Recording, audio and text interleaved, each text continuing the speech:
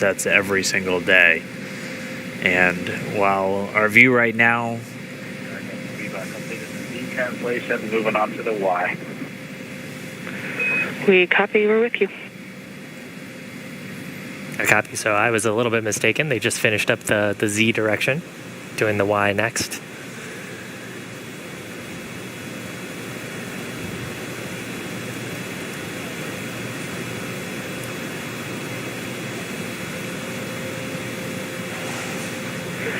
Dragon, SpaceX on Big Loop, you have used approximately 1/3 of your prop test budget.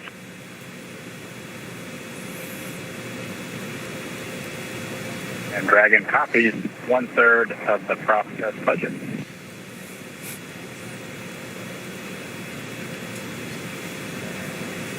So the Corps letting the crew know how much prop they've worked through. Still have 2/3 of their budget left to do test maneuvers.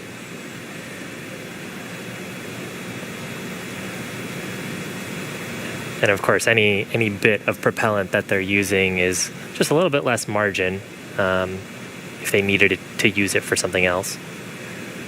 But a good way to exercise the system, see that manual piloting works as intended, and I'm sure for them to have a chance to provide some feedback on how manual piloting actually felt in space and how the control felt. Yeah, a big part of their job for this mission is really to not only put the vehicle through its paces, but to take a lot of detailed notes and mental notes that they're going to be passing along to any future crew members flying on board Crew Dragon.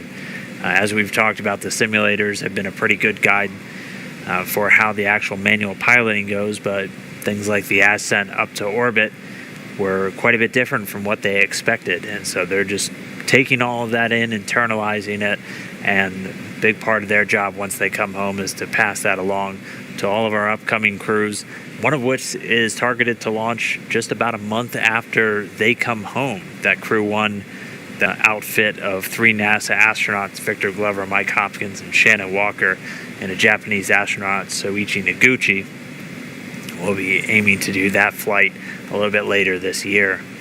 So going through the paces right now, looking at our data, I think I made the same mistake you did, where I assumed them going up would be the y-axis. It looks like that was actually their z-axis, and the y now then moving to the right. So we're seeing some small shifts. They're continuing to use up a little bit of their prop budget. We heard they're already a little past 1/3. Yeah, it's actually something interesting about both aircraft and rockets. When you consider the coordinate system, what we refer to as the x-axis is usually the one that goes through the nose. So in the case of Falcon 9 and Dragon sitting on top of each other, the x-axis would have been pointing through the nose cone going up. Can be a little bit counterintuitive. And then actually in aircraft, the z-axis usually points down, depending on whether you use European or American coordinate systems and the type of aircraft you're working on.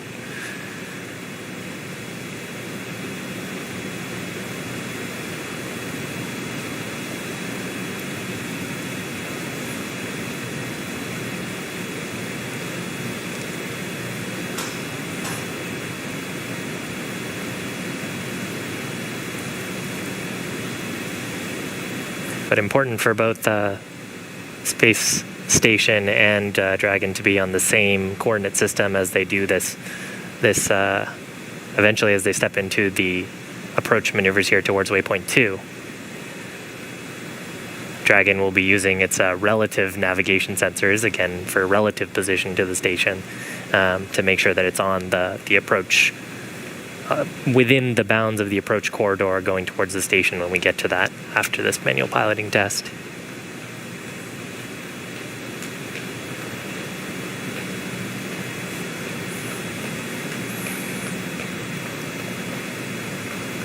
We should be getting to that shortly. This manual piloting test was slated to last about 25 minutes. And as we have been running ahead of schedule today, with all of Dragon's maneuvers, we could be looking at a docking only about 25 or 30 minutes from now. So once they're done with this manual flight test, they'll turn control back over to Dragon's flight computers, and they'll resume their approach, which had actually already started automatically before the crew issued a hold command to the vehicle.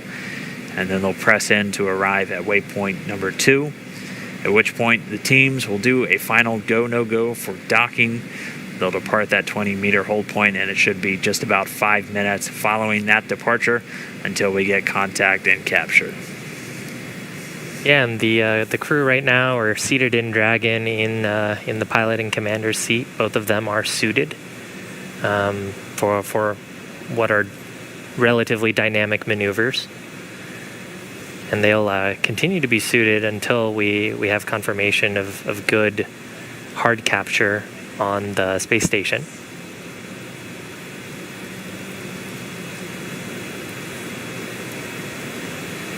So right now, just interfacing with the touchscreen displays, testing out manual piloting. Hopefully secretly a little bit giddy to be piloting a spacecraft. I mean, before they had launched, Bob Behnken had referred to this mission as every astronaut's dream, getting to launch in a new spacecraft, putting it through its paces.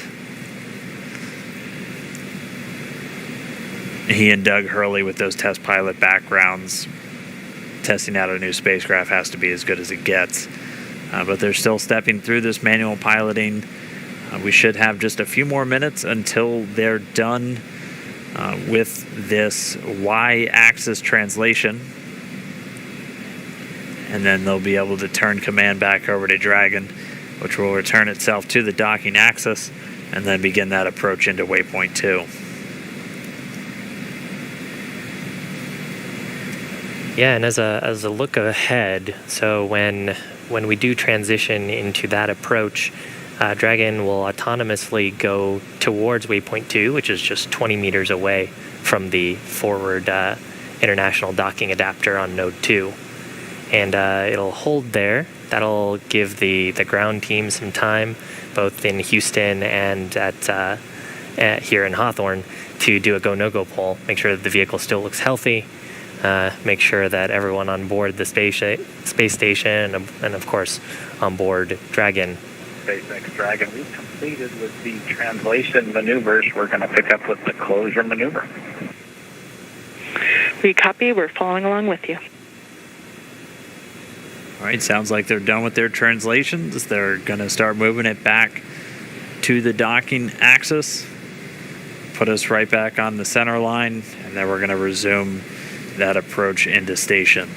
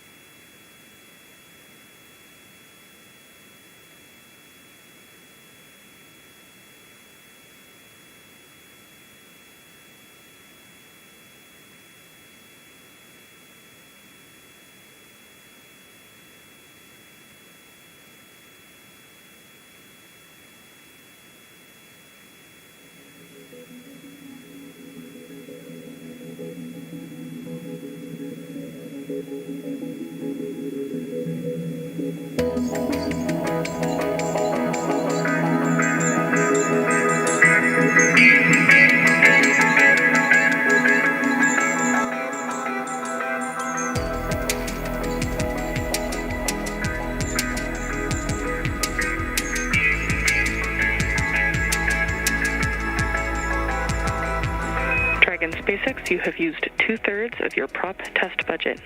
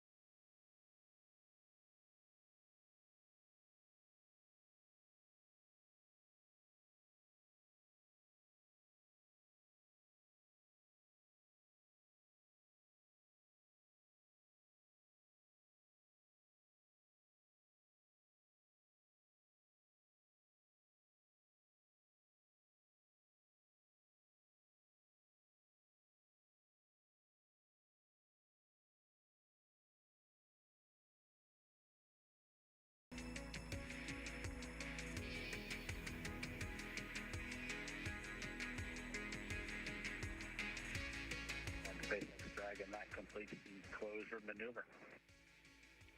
We copy. Closure maneuver complete.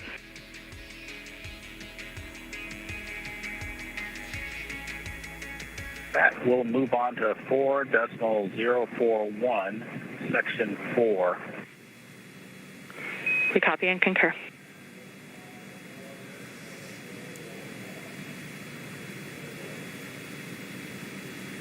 All right, so our manual flight test has been completed. We're standing by for them to now resume approach 1. So to move in from that waypoint 1, we're already inside of the keep out sphere at this point. Dragon's holding just 176 meters from the space station, and pretty soon they're going to be approaching. Thanks, Dragon. That completes the manual piloting demonstration. I only had to twist Doug's arm for 2 or 3 minutes to get him to allow me to deactivate the piloting controls. We copy. Excellent. Thank you.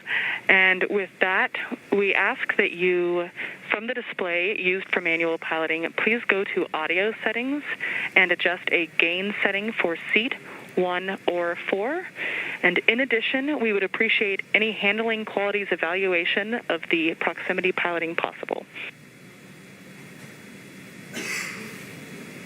We've completed the gain setting adjustment for seat 1, and I'll turn it over to Doug for the handling qualities quick look.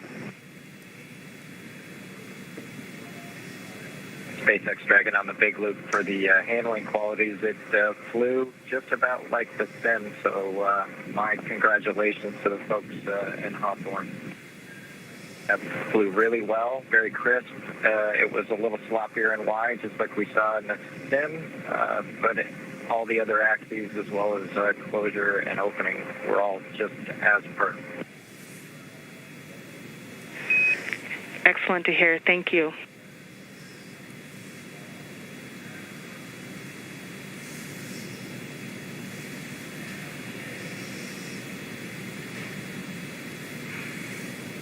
That kind of gives you an indication of sort of how the design process works. You know, Bob and Doug have had lots of opportunities to test this out and sim it and give their feedback. And pretty cool to hear that their sim experience was very similar to what they saw actually on orbit. Just, I think you said 170 meters away from station right now? Yeah, we're just 176, and I imagine as a spacecraft designer, that's exactly what you want to hear. Is the way that I trained you in it here on the ground is exactly how it performed once you're there for the real thing. So the second manual piloting test in the books, Bob and Doug putting Dragon through its paces. Now we're time to put it all to where we get to our endpoint. We're ready to get Dragon docked to the International Space Station. Dragon SpaceX on Big Loop. The ground will be resuming approach shortly. We do plan to hold briefly at waypoint 2, so reminder that crew visors down are not required until the ground is preparing to command the final approach. SpaceX Dragon, we copy. We'll hold at waypoint 2 for a pause, and then we'll get our visors then once you command. We copy. And station, it's Houston on the Big Loop. As you've heard, Endeavour is resuming its approach to waypoint 2. Chris, you can monitor now for step 2. That's step 2 and 1.104. Crew Dragon approach and retreat monitor. Copy, step 2 will work.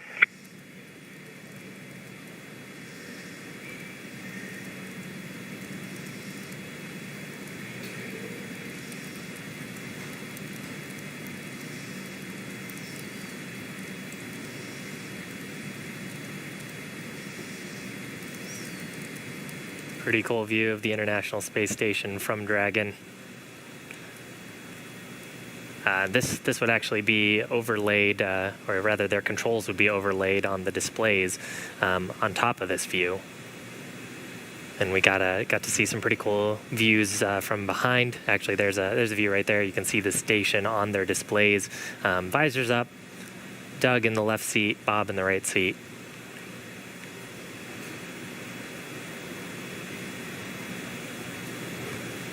Yeah, so at this moment, Dragon is going to be resuming the approach. As we heard them informing the crew They're going to have that one final hold when they're just 20 meters away. That's going to be at waypoint 2.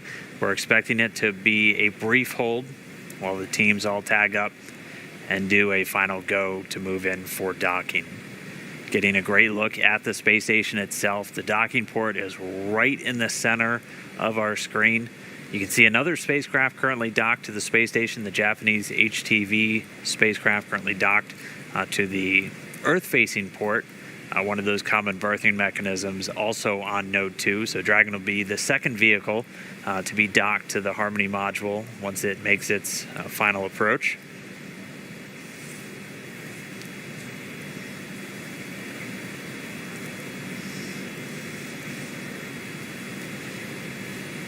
And it's moving in right now. Again, just to give you an idea of how quickly they're moving, they're going at about 0.3 of a meter per second right now. And so if you're having any trouble with that docking simulator online, remember to just slow things down a little bit and your chances will go up exponentially. We just passed 140 meters away. We'll get our live video comm back with the space station momentarily. As soon as we do, we'll bring you back up there. But for now, Bob and Doug continuing to fly in. They're just 135 meters away. Station on the big loop in step 2, review of steps 3 and 4 is complete. Crew on the International Space Station is ready for docking. Station Houston on the big loop, we copy the review of 3 and 4 complete. International Space Station ready, thank you. Expedition 63 Commander Chris Cassidy giving the report. Station is ready for docking. Yeah, and you can see the trajectory of the spacecraft. There are small corrections that are happening. So as we get closer and closer to station, we're trying to stay within those 2 corridors, which are shown coming out of the docking port that we're going towards. That little dot, I think, was the 20-meter hold point, so that's where we expect there to be the spacecraft holding right in front of the International Docking Adapter. There'll be a go, no-go poll. The ground teams have worked hard over the past probably years to come up with a set of what we call flight rules. So those are technical constraints, items that we look for, that if any of those criteria were violated, then we have a rule that we've predetermined, gives us guidance to say whether we could approach or not. So far, our vehicle has been very healthy, but technical ground teams will all do their due diligence to make sure that it's still safe to approach. Right, and at this moment, that approach is continuing, still moving in at about 0.3 of a meter per second. Dragon's coming up on just 100 meters away from the space station. So the very top there is the nose cone on the spacecraft, where we've got a cool view. Left side of your screen is the International Space Station. Right side of your screen is Dragon.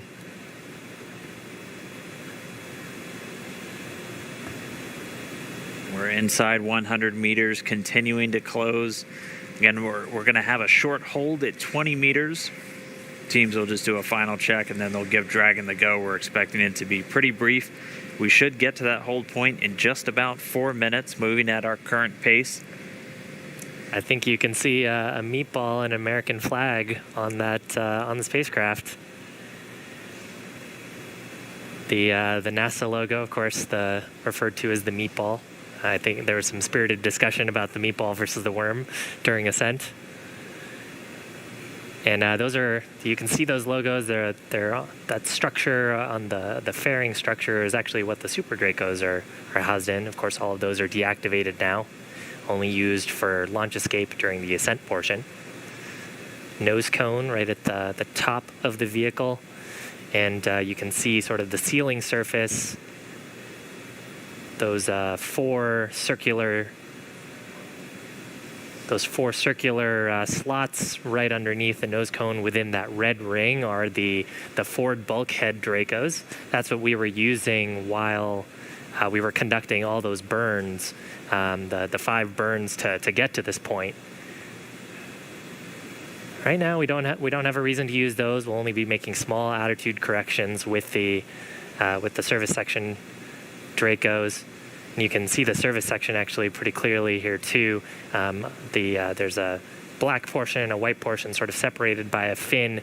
The black portion is solar panels, solar cells that'll charge Dragon's batteries, and the bottom side the white portion is actually a thermal radiator that's used to keep the spacecraft nice and cool. Of course, the avionics and the cabin, making sure that Bob and Doug are comfortable inside. It looks like we're getting a shadow cast. We are just 60 meters away, continuing to close in, just about 40 meters to go until we're at that hold point. Should get there in just over 2 minutes. Meanwhile, teams in Hawthorne and in Houston doing their internal go, no go for docking. They're going to get all the teams polled. Once everyone's go, we'll be able to give Dragon the final go ahead for the vehicle to autonomously fly in and dock with the International Space Station. Should be coming up on waypoint 2 arrival in just about 1 minute, 45 seconds. At this point, it'll be 20 meters away from that docking port. The International Docking Adapter number 2 attached to pressurized mating adapter number 2 at the very forward end of the Harmony module.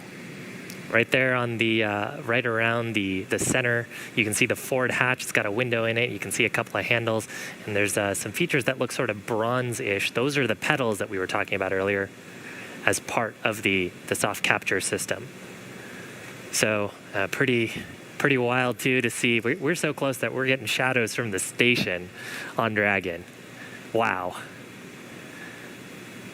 And we're getting these views of Dragon's approach from 2 cameras that are right next to that docking adapter.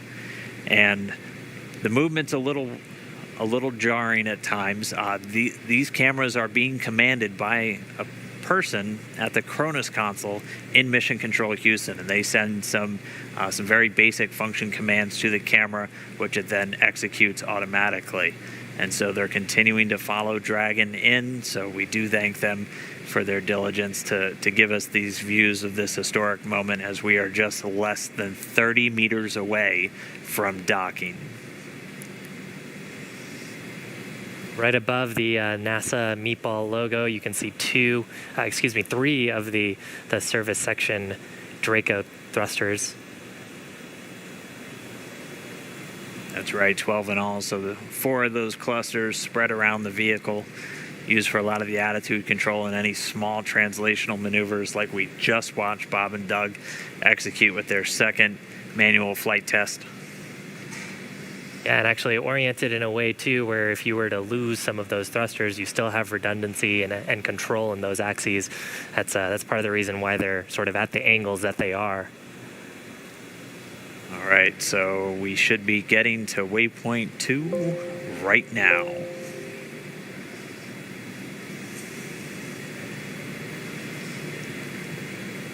And so it looks like we do have that hold. Dragon SpaceX on Big Loop. The ground is go for approach 2. We will be enabling the resume shortly. As a reminder, ensure your visors are closed prior to Dragon's departure from the waypoint. And once Dragon is inside the crew hands-off point, retreat and breakout are not permitted. And for your awareness, we have sunset in a little less than 8.5 minutes.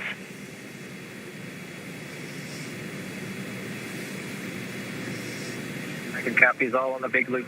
Go for docking.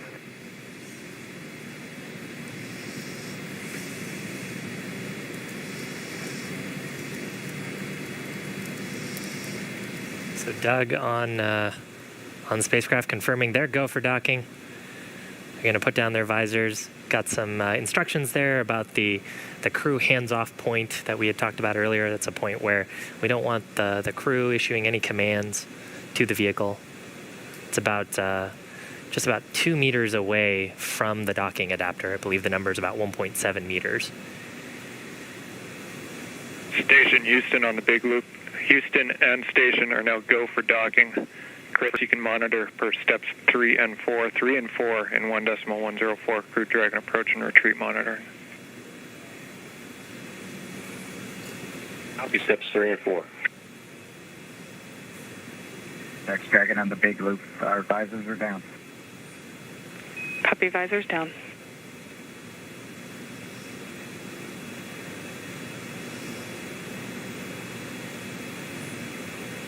With the crew confirming their visors down, we should see the final approach resume.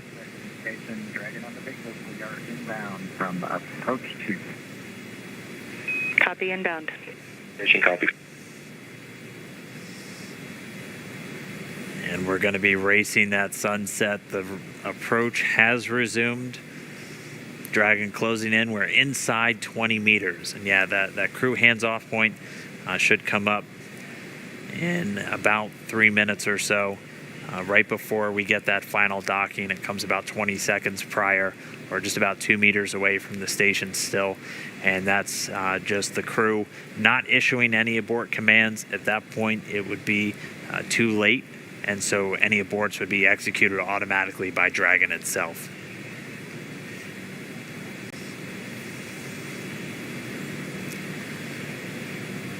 So we're closing in at less than 1/10 of a meter per second at this point.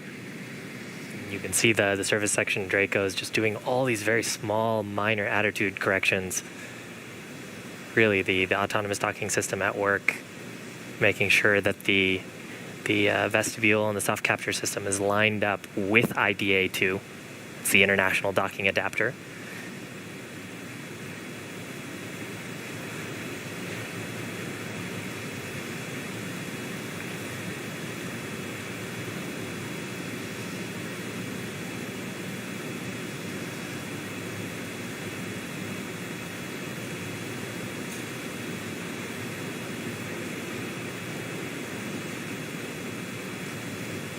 You can see much more clearly there the hinge mechanism for the nose cone. Those 4 black circles are the forward bulkhead Dracos, not to be used at this time. And then, of course, the pedals of the soft capture system. Wow.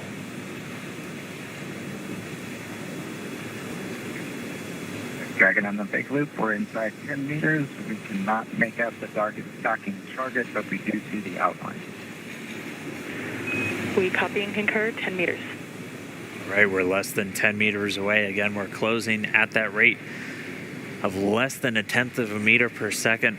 We should be just about 1 minute 45 seconds away from docking. There's a center line camera right in that middle, so that you can see where the forward hatch is, and right in the middle of that there's a window and there's a center line camera that is aligned with the center of the vehicle and the center of the docking mechanism. So that is what the autonomous docking system is using to line up with sort of a cross hatch, cross target on the docking port. Again, the forward docking port on PMA2, or the pressurized mating adapter. And we are just 5 meters away. Again, we're racing that sunset. This Dragon continues to close, 4 meters to go. Those shadows of the space station on the vehicle.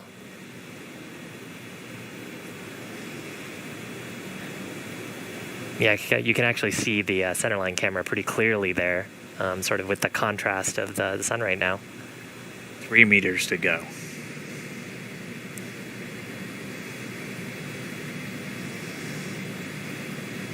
Two meters.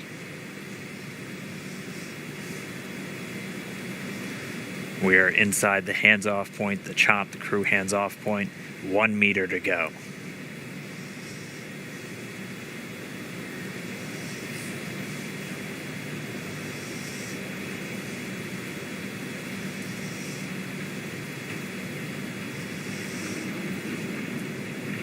Soft capture complete. Dragon in space. Soft capture confirmed. Stand by for retraction and docking.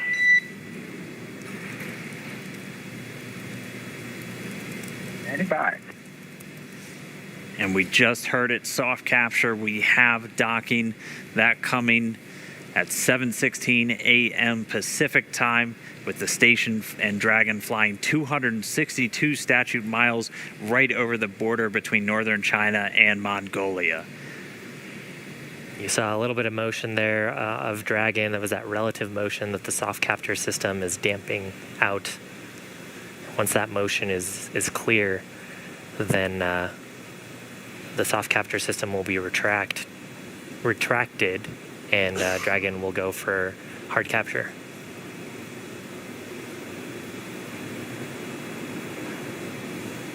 Again, if just now tuning in, that soft capture, that docking coming 7:16 a.m. Pacific, 10:16 a.m. over on the East Coast. Dragon and the International Space Station were flying 262 statute miles right over the border between northern China and Mongolia.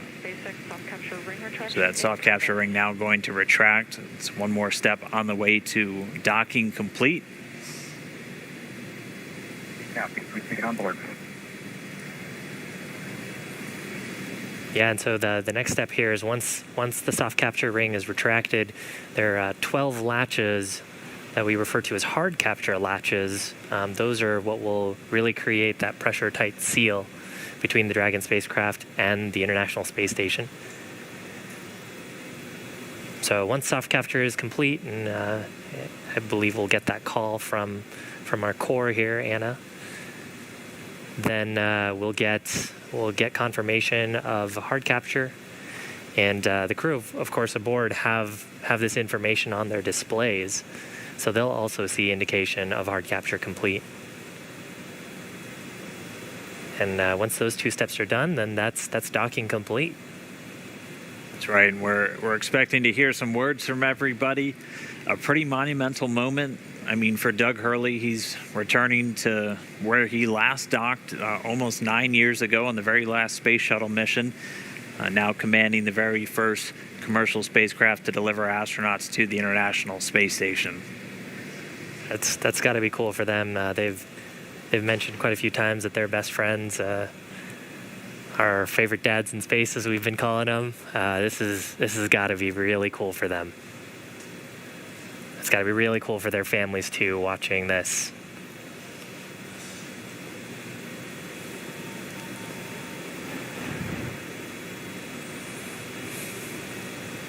It looks like we have another quick handover. We'll get that video back shortly. We're about 75% complete already with that retraction.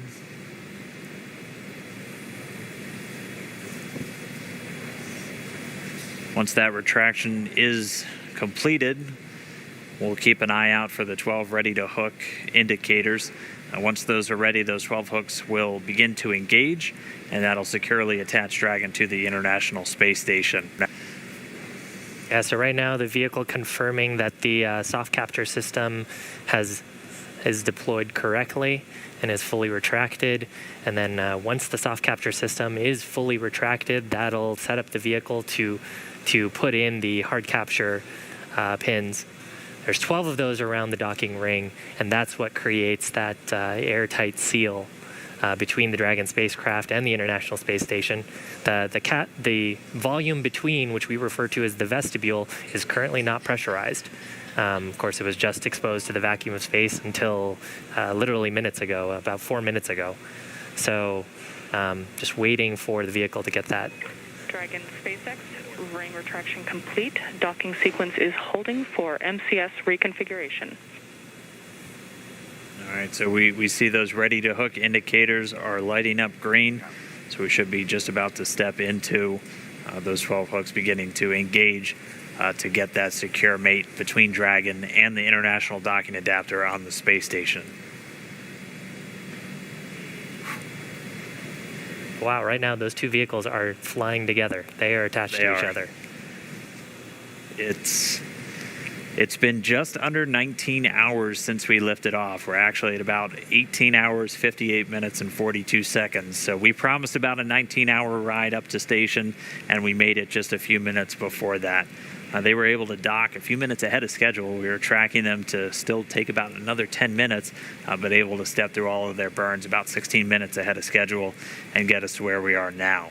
If you missed it just a few moments ago, that initial docking coming at 7:16 a.m. Pacific, 10:16 a.m. over on the east coast of the United States, and they were 262 statute miles flying together over the northern border of China and Mongolia. So really exciting. We're just waiting for this docking complete to be confirmed. We're expecting to hear some words, obviously, from the crew on board and all the excited teams down here. We're just waiting for this moment. And then it's time to start getting Dragon integrated into the station. There will be an umbilical that will get mated, and that'll allow Dragon to flow data and power into the station systems, and then it'll be over to the crew.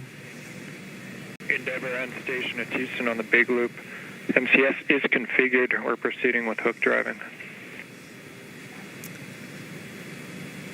All right, and they did a quick, so the motion control system onboard station now back under those control moment gyros, so handed over from the Russian thrusters, and Dragon now given the go to drive those hooks. We have to do that changeover of attitude control before we drive those hooks, as the Russian thrusters a little bit more dynamic in their control of attitude, and if you had a thruster firing while you were starting to drive those hooks, that could miss a line. So going over to the smoother control moment gyros on the US side, now controlling the attitude on board the station, and those hooks, those 12 hooks on Dragon, about to start driving.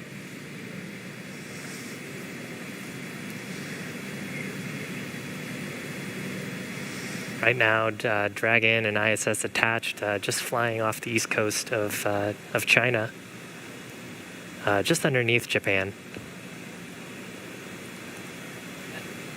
Attached to each other, we recently passed over to the orbital night, so we're on the currently the dark side of the world.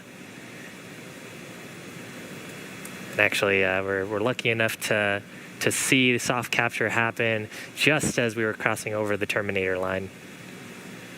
And if you're wondering what you're looking at, this is one of the cameras on the very outboard part of the Japanese experiment module, looking back in towards the very front part of Node 2, where Dragon is currently docked. We are in an orbital nighttime, that's why everything is so dark, but you're looking at Dragon. It is horizontal to the ground, so the hatch part is right where that green light pretty much is. You can see the nose cone still illuminated above it, and it is currently attached to an international docking adapter on the International Space Station. And inside that capsule are Bob Behnken and Doug Hurley, first astronauts to fly on a privately developed vehicle up to the International Space Station. Both test pilots got to do some fun tests today. Have a few more steps before they can actually get aboard and ingress to the International Space Station. And that's what we heard over the big loop, that transition, which allows us to then proceed with hard capture. And we're seeing the first set of hooks, so the first 6 out of the 12 are now closed, 6 more to go.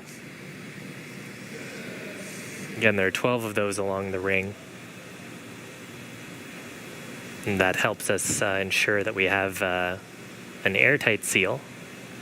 It is vacuum around them right now, so we want to make sure we're keeping all of that valuable life support in the vehicle.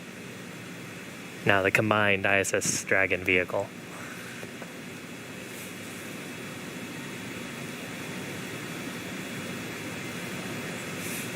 Meanwhile, inside the capsule, Bob and Doug also standing by for this hard capture to complete.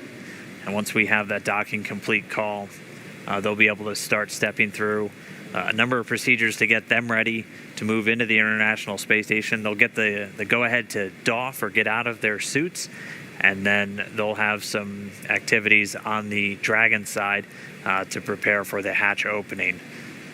Chris Cassidy will mainly be working on the station side to pressurize the vestibule. So as Shiv has talked about, the space between the Dragon capsule and the space station was exposed to vacuum. And even after this tight seal has occurred, we'll still be at vacuum inside. So we'll actually open up a valve to supply air from the station side into that space between the Dragon and station hatchways, and they'll get it up to the same ambient pressure that we'll have inside of Dragon and on the station itself.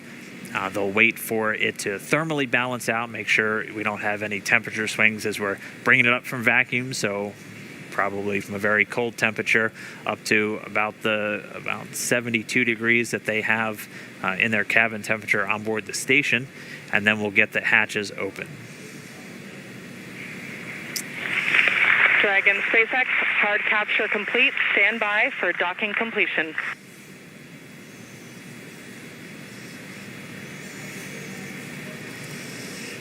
Copy. And now that hard capture is complete, so that's confirmation of those 12 latches to create that airtight seal. Now that's complete, the umbilicals from the station side will interface with the Dragon vehicle umbilicals, and that'll provide power and communications through space station directly to Dragon. Pretty much the whole way up, Dragon's been using a combination of batteries and its solar cells pointed at the sun to make sure that it has enough electrical power for the journey up.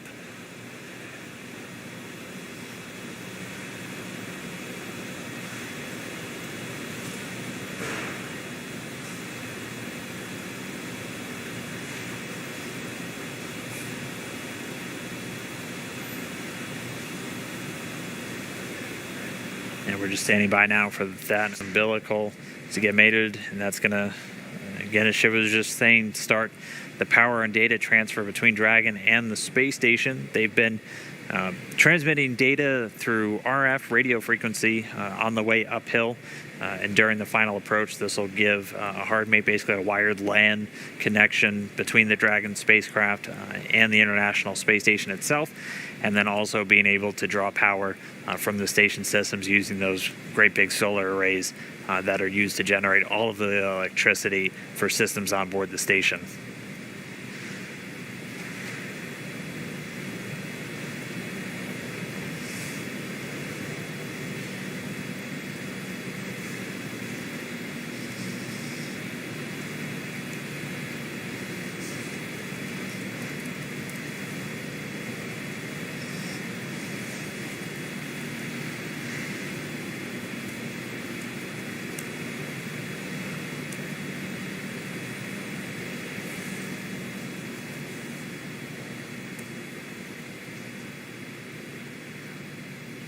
And the soft capture system has been stowed. We see the umbilical starting to deploy.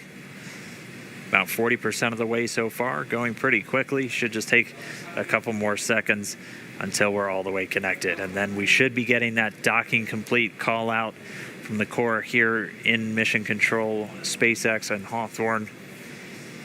Standing by. Dragon SpaceX, docking sequence is complete.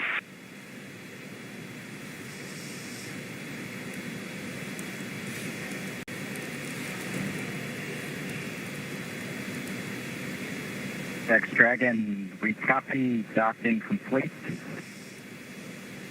To say that it's been a real honor to be just a small part of this 9-year endeavor since the last time the United States spaceship had docked with the International Space Station. We have to congratulate the men and women of SpaceX at Hawthorne, McGregor, and at Kennedy Space Center. Their incredible efforts over the last several years to make this possible cannot go overstated. I'd also like to thank Kathy Leaders and her team of the Commercial Crew Program of NASA. An outstanding job by everyone. Last, I'd like to thank the men and women of the National Aeronautics and Space Agency. This is an incredible time to be at NASA. 3 new vehicles to be flown, continuing mission in low Earth orbit, and then to the moon and Mars. We thank you again and congratulate you.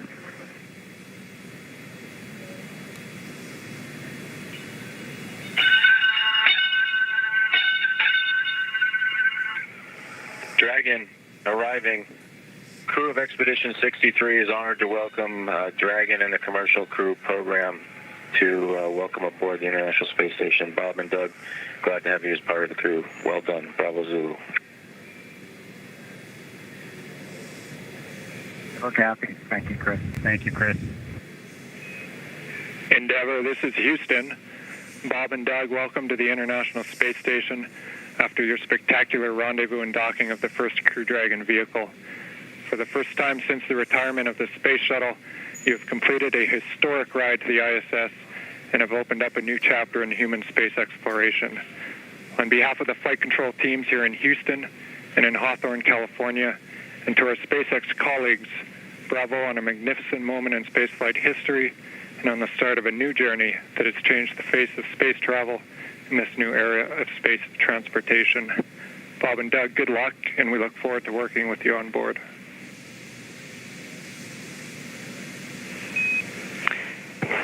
Dragon SpaceX,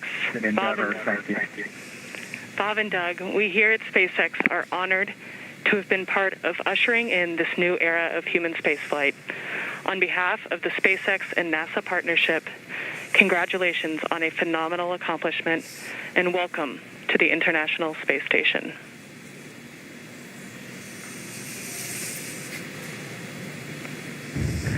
Well, thank you, Anna.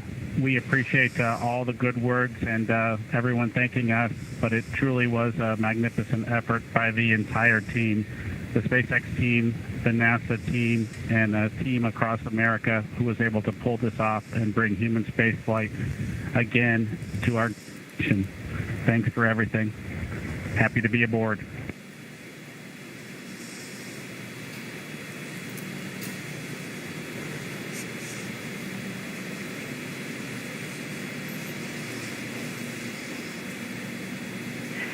And Dragon SpaceX, with that, ground will be enabling hardline power and comm connection shortly.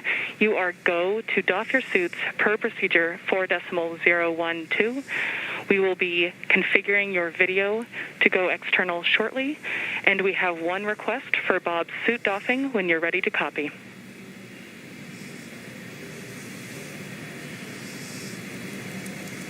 We copy all. Go ahead for Bob's suit. During your approach suit leak check, we noticed Bob's suit pass with a lower PSID than his previous vehicle and O&C checks. We still had plenty of margin to support you in a depress, but in order to rule out potential hardware issues, when Bob is doffing, after he opens his structural zipper, check all 3 bladder zipper heads to see if any are partially closed. It is possible that if the head is backed off slightly, that the white tooth is partially visible or a small gap can be seen between the end of the zipper head and the gasket end. Please report observations.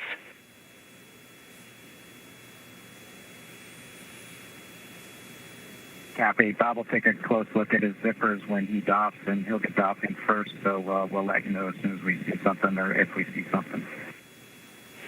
Great. Thank you so much.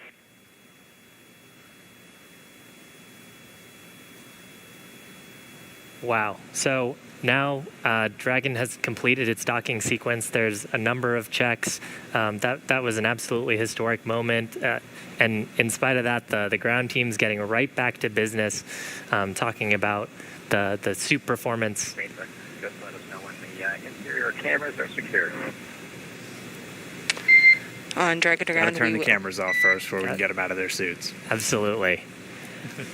So spacecraft is now docked. They've got several tasks that they're going to need to be able to do. While we're waiting for those tasks to happen, we're actually going to take a short break. But if, in case you just missed it, the Dragon spacecraft is now docked to the International Space Station, docked at 7:16 a.m. local time. Yep. Bob and Doug are at the space station. Yeah, they're there. It was just under a 19-hour journey from their launch to their docking, so pretty much right on what we were expecting. They got there a little bit early today, which was nice, as they were able to get through all those burns. But they're docked. It's going to be a little while. They have to do that vestibule pressurization, and then they'll have to do some leak checks. Dragon on Dragon to ground for Bob. I've got both structural zippers on my gloves lowered, and I do see white teeth visible on both sides. It looks like a full white tooth. I'll give you an update once I get to the leg zipper. Copy. White teeth on both sides, and we'll await your next status. So the crew right now just going through some checks of their gloves. They're about to get out of their suits. That'll be the first step for the crew on board Dragon. For the crew on board station, Chris Cassidy is going to start getting that vestibule pressurized, and then they're going to do leak checks. So they're going to be actually taking atmosphere from station, putting it into that vestibule, and then once we get all the leak checks done, things are thermally stabilized, it'll be time for hatch opening. We'll be able to see Bob and Doug get into the space station for the first time from on board the Dragon spacecraft. And again, for Doug Hurley, this is the exact port he was at almost 9 years ago when he was on the very last space shuttle mission, and now he's commanding the first commercial vehicle to dock with the International Space Station. I think that's going to do it for us in Hawthorne. We're going to give you into the very capable hands of Gary Jordan to take you through the rest of the hatch opening. We're going to be watching from here and following along. We can't wait to see these crew members on board the International Space Station. Thank you for everybody who tuned in. We hope you enjoyed the launch. We hope you enjoyed the ride uphill. We really hope you were with us every single moment from suit up until now, so you've been up for over 24 hours. But it's been an incredible experience for us to see these guys get on board the International Space Station, to watch Dragon go through the paces, to be lofted into orbit on Falcon 9, something we've been waiting for years, seeing it come to fruition. I'm still grappling with. Dragon SpaceX on Dragon really the ground. Incredible. Video is and no Shiv, interior. it was an honor doing this with you today. Yeah, absolutely, Dan. They Dragon copies. Thanks, Anna. can't step on the crew. That's the one rule. But there are some really great words there from all the flight control teams about how this was a joint partnership between NASA and SpaceX. I think everyone is over the moon here at SpaceX for this. Bob and Doug have got to be excited, and now back to business to get the vestibule ready to go and then get them on board the station. So again, thank you for following us. Please continue to watch as Gary takes over for the hatch opening portion, and keep following our social media for more updates on what's happening with Hatch Open. Over to you, Gary. Thank you, Shiva. Thank you, Dan. What an incredible flight for Bob and Doug, lifting off just yesterday and now in space, attached to the International Space Station. Some kind words all over after docking at 9:16 a.m. Central, and a hard mate just 11 minutes later. We're still not done here. We're going to take you through the pressurization sequence and eventually hatch opening of the International Space Station. SpaceX Dragon on Dragon to ground. Cabin mic check come. And I hear you loud and clear on Dragon to ground. How many? Loud and clear. Excellent. Good comm checks. We still have a lot of work to do here. We're going to pressurize the vestibule and eventually get... And SpaceX Dragon with an update from Bob. It looks like white tooth on the leg zipper as well. We'll take a close look if we can see anything else that might have resulted in that lower leak check pressure. Copy. Really appreciate the report. Thank you. Teams behind me will be configuring the Dragon and the International Space Station to welcome Bob and Doug aboard. First, of course, the International Space Station attitude control moment gyros, really holding the Dragon in place through the hard capture sequence. We'll start enabling those thrusters and pressurizing the vestibule. It'll take about an hour until we're able to get the hatch open. The teams here in Mission Control Houston, Orbit 2, led by Flight Director Zeb Scoville, will be taking us through that process.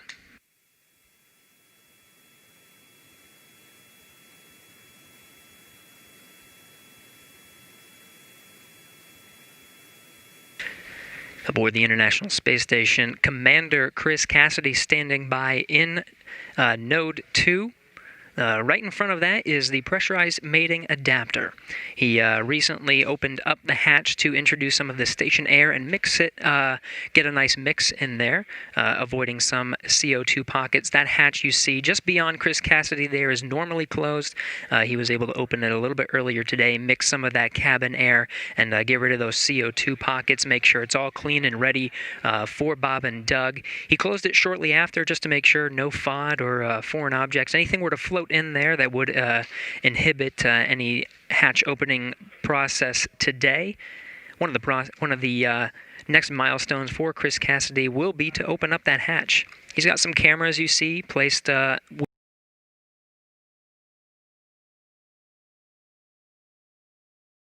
within that node. We'll get some good views of the hatch opening and welcoming Bob and Doug here in just about an hour.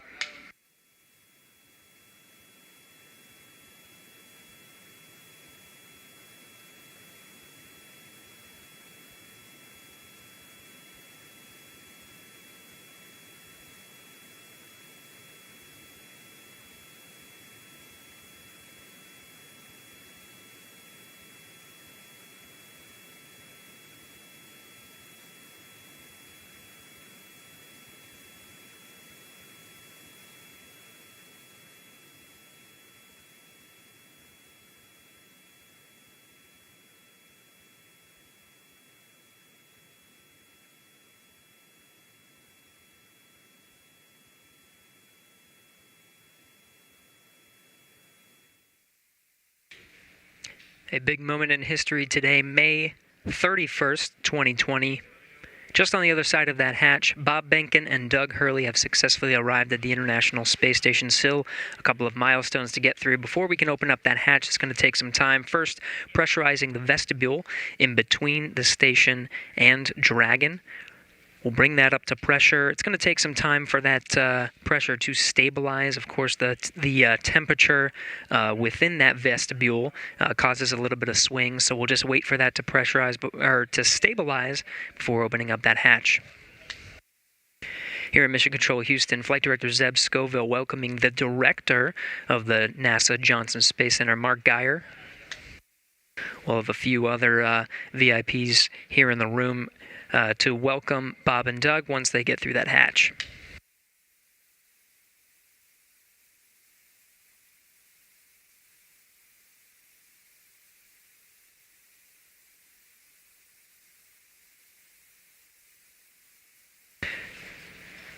Now again, this repressurization and hatch opening process is going to take some time.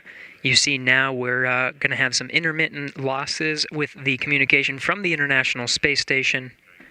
You're seeing now the International Space Station Flight Control Room led by Flight Director Zeb Scoville. Just a handover of some of those audio and visual communications. We'll be regaining those shortly. Might lose them intermittently throughout the repressurization process, but the teams here will be monitoring all of the procedures. Again, pressurizing that vestibule and eventually getting to that hatch opening.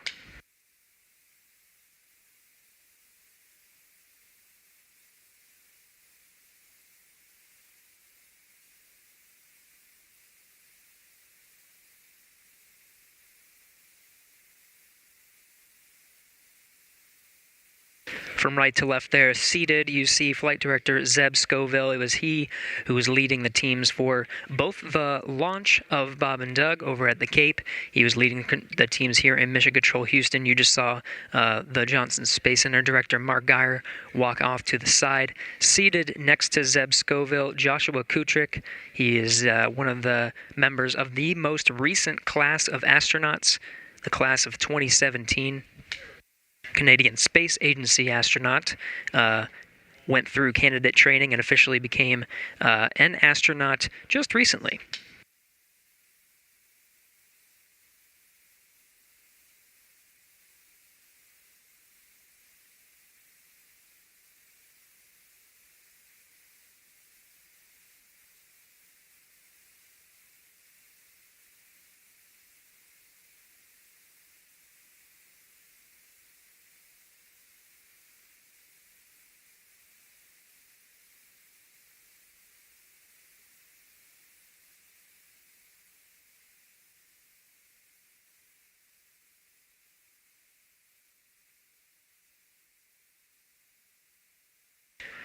Again, a few milestones to get through to that hatch opening. First, the International Space Station attitude control has been successfully switched from control moment gyro only control, enabling some of the thrusters on the International Space Station. We also just received word that Dragon is successfully receiving power. Ground ISS power connection has been established.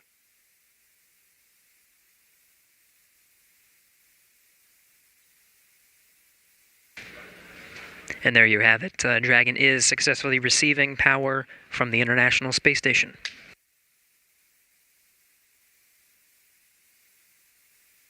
and Dragon copies on Dragon to ground that power has been established. Just let us know when we should make a hardline comm check. We will, Co. Thank you.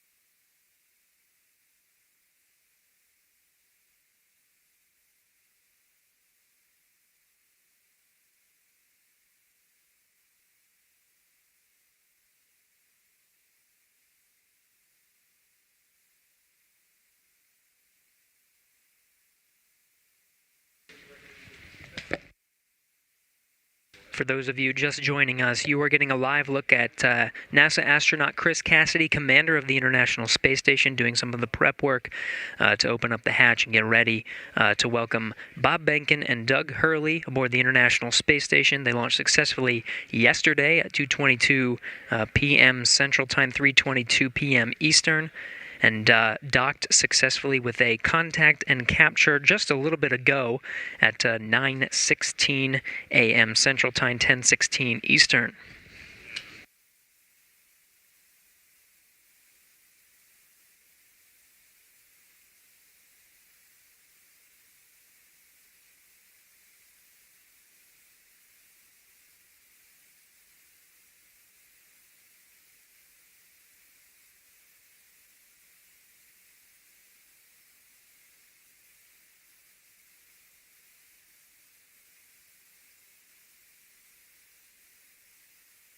Now, some of the milestones to get that hatch open have already taken place. First, attitude control for some of the docking sequence.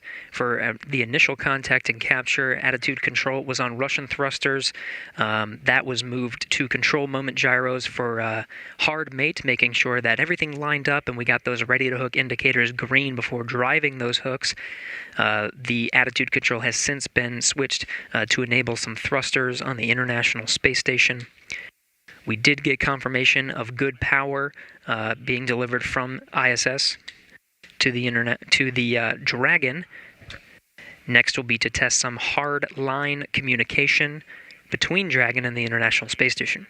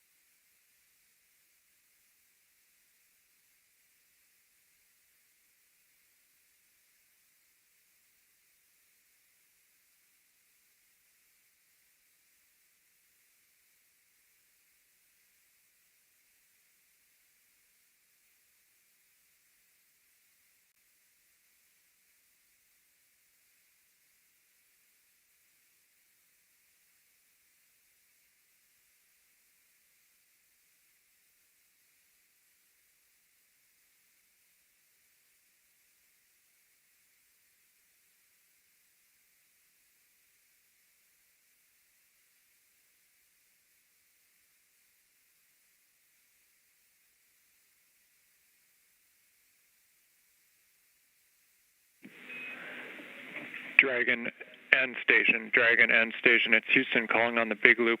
We're prepared and getting ready to transition the comm system to hardline, at which time we're going to do a couple comm checks. We just want to make sure everybody's on board with that and aware. So Dragon, first, maybe let me know if you hear this and if you're go with that plan.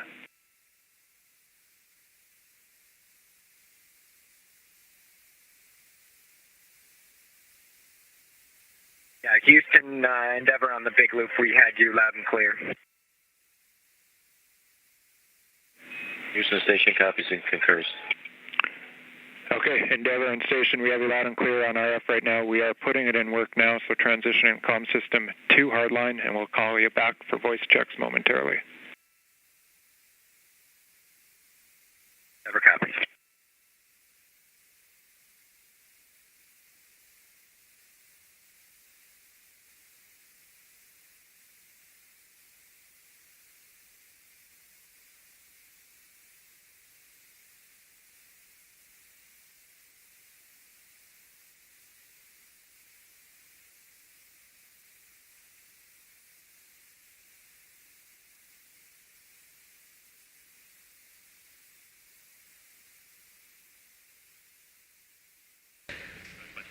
This is Mission Control Houston. The voice you just heard was Capcom Joshua Kutrick from here in Mission Control Houston, relaying through the big loop. That's integrated communications with Dragon and the International Space Station, just taking us through those procedures until we get to hatch opening.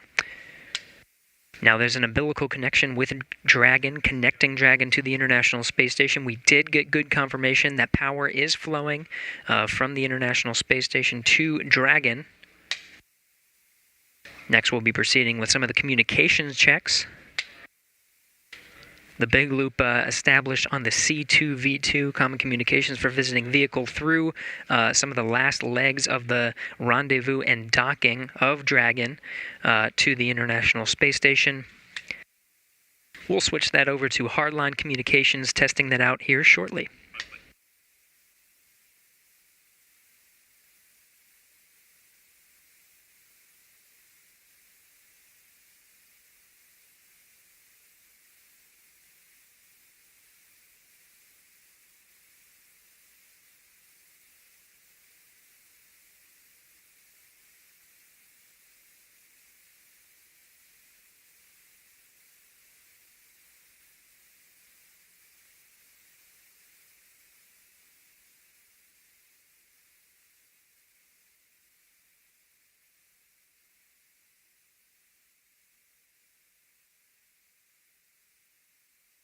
We're going to get some good views of station today. You see Chris Cassidy working inside Node 2. Just on the other side is the hatch. That hatch is separating between the International Space Station and the pressurized mating adapter. One more hatch to go after that. That hatch opens up to the Dragon hatch with Bob Benkin and Doug Hurley on the other side. Just surrounding Chris Cassidy from this view, you can see a series of cameras. We're going to get some great views from Node 2 there on the left, a couple high-definition cameras on the right, a 360 VR camera. Part of an initiative to engage viewers and provide views that from the International Space Station that have never been seen before. We'll get to see some of those 360-degree views later after they're configured and stitched on the ground, now being recorded during this historic moment today, May 31st, 2020.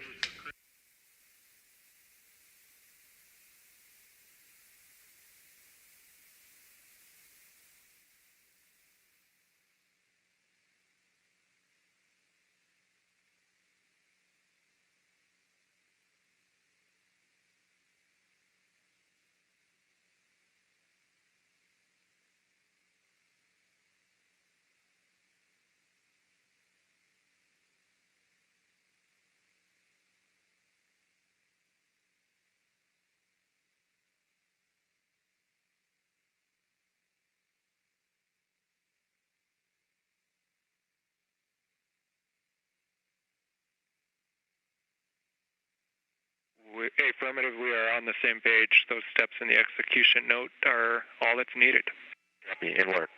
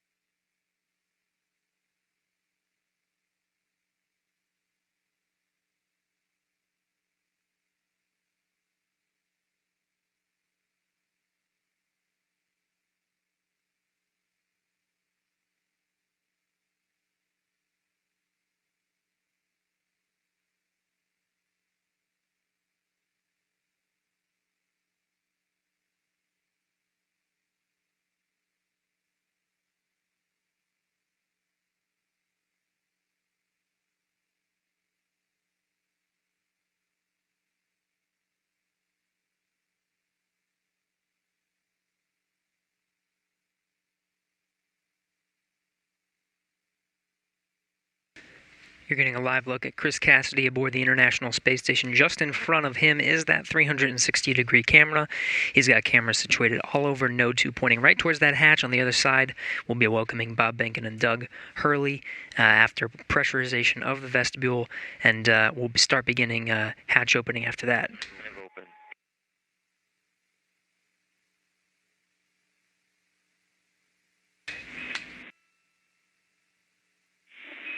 Yeah, we copy MPEV open, Chris.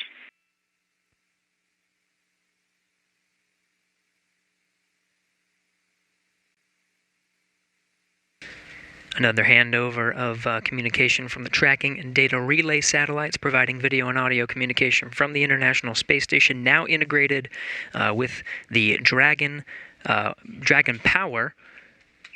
Still looking towards some of those hard-line communication checks. Again, we'll lose communication intermittently as the International Space Station flies 269 statute miles. Station Houston on 2 for Chris. We're go for open on the Node 2 forward hatch.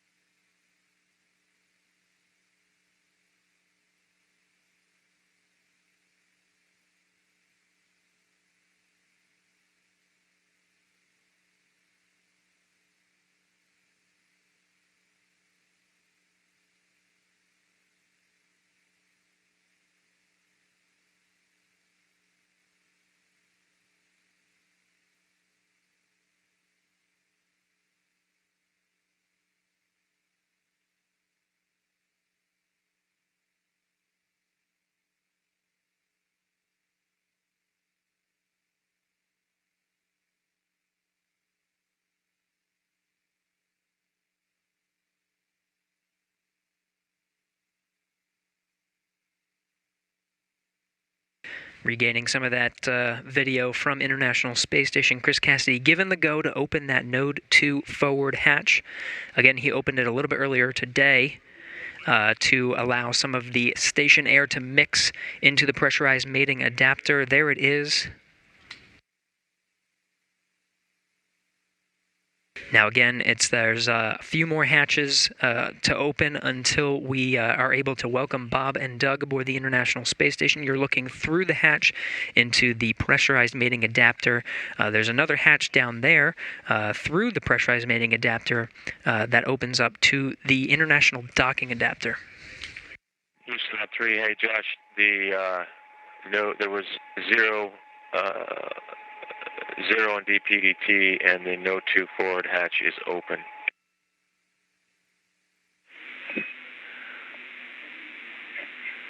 And Chris, we copy Node 2 forward hatch open.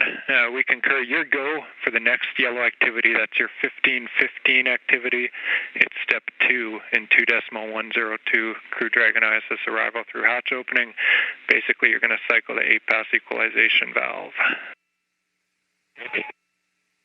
And Dragon SpaceX on Dragon to ground. If desired, reference procedure 4.400 to monitor vestibule pressurization.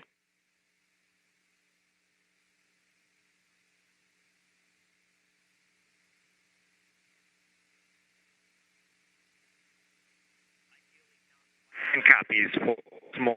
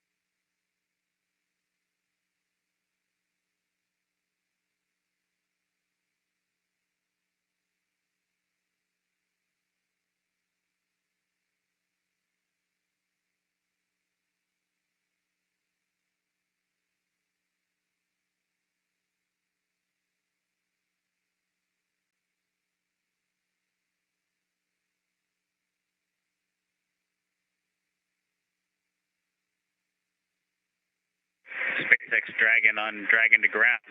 For 4.012, we've completed up to Section 5, and we've got a timer started for 1 hour.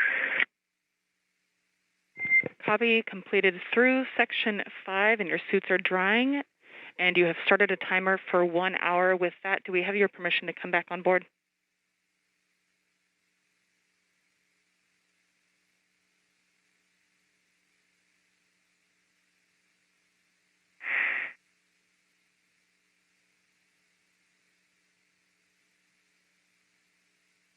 Get you back on board. We copy. We are go to come back on board.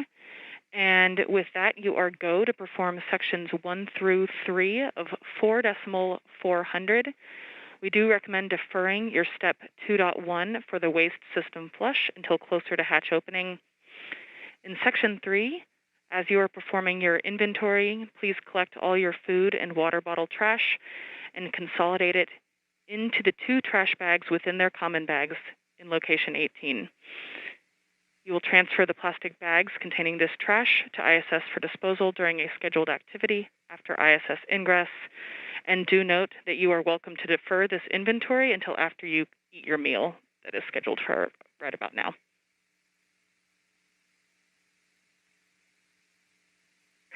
Okay, Anna, if you could give us 5 minutes before you guys come back on board, we do have some clothing config to complete. Understand we've got to go for sections 1, 2, and 3 of 4.400, and we will consolidate our trash into the bags provided in location 18. And we'll defer the docked waste configuration, section 2 of 4.400, until it gets closer to hatch opening.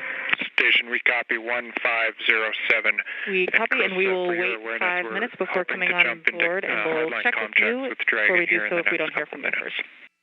Copy, ready.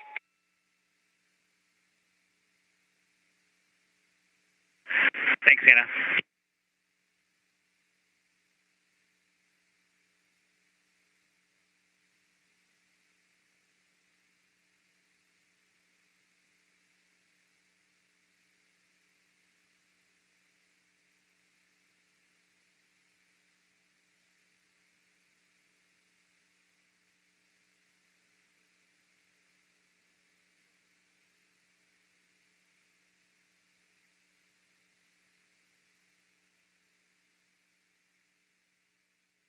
This is Mission Control Houston. You're listening to crews on board the International Space Station and Dragon prepare for opening the hatch. You're seeing Chris Cassidy aboard the International Space Station already opened the hatch 2, the pressurized mating adapter just below that hatchway you see at the center of the screen here. On the other side of the hatch is the hatchway to the International docking adapter. On the other side of that, the recently docked Crew Dragon. Vestibule pressurization is underway. This will equalize the pressure between Dragon and the International Space Station. Once it does come up to pressurization, it will take some time to equalize that pressure because of the temperature difference in the vestibule. Just take some time to stabilize. Dragon, Endeavor, it's Houston. Calling you on hardline now for a voice check. How do you read?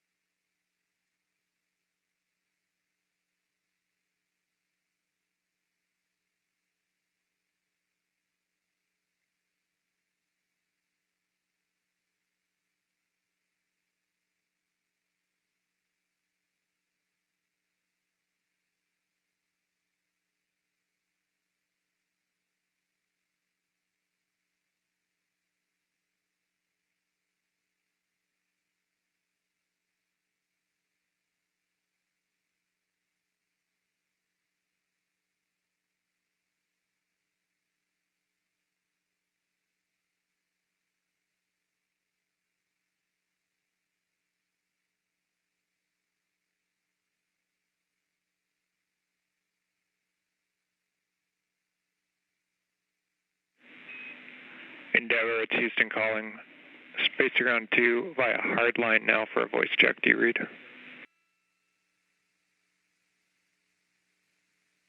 Houston, Cleveland. Dragon FM voice check. How to lead us? Counting 121, 122, 123, 124, 125.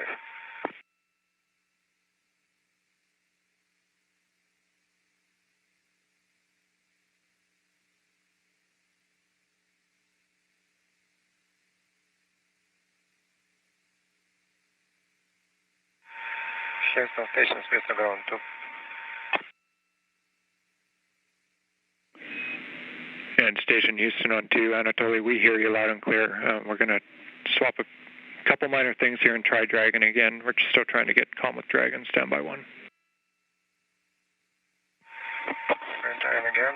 Dragon FM voice check. How to lead us? Counting 121, 122, 123, 124, 125.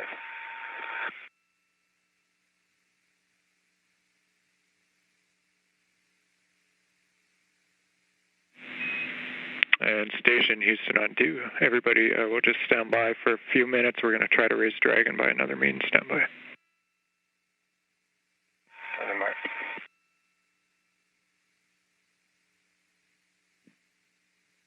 And Endeavor, it's Houston calling on Dragon to ground 1. We're trying to reach you via hardline. Just not sure if you're receiving it or not. Let us know at your convenience.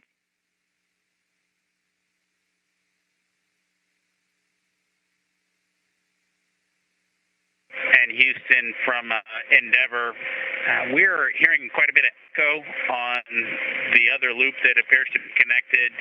It's unintelligible, but we do have you loud and clear on the Dragon to ground. And Endeavor, Houston on Dragon to ground. Thanks for that. Very helpful. We'll take a look, and we have you loud and clear on Dragon to ground as well. So we're gonna continue to work it and try to give you a call back in the next few minutes on hardline.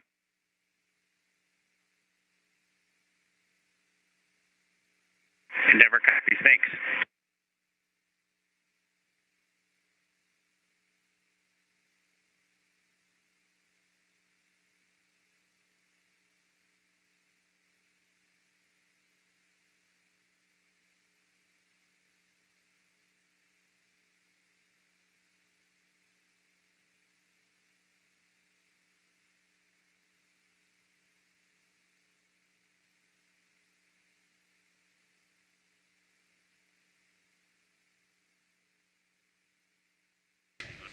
This is Mission Control Houston working through the steps to pressurize the vestibule. We did have confirmation that vestibule pressurization was underway. We do have power flowing from the International Space Station to Dragon after it docked for a contact and capture at 9:16 a.m. Central Time, 10:16 a.m. Eastern, just earlier this morning.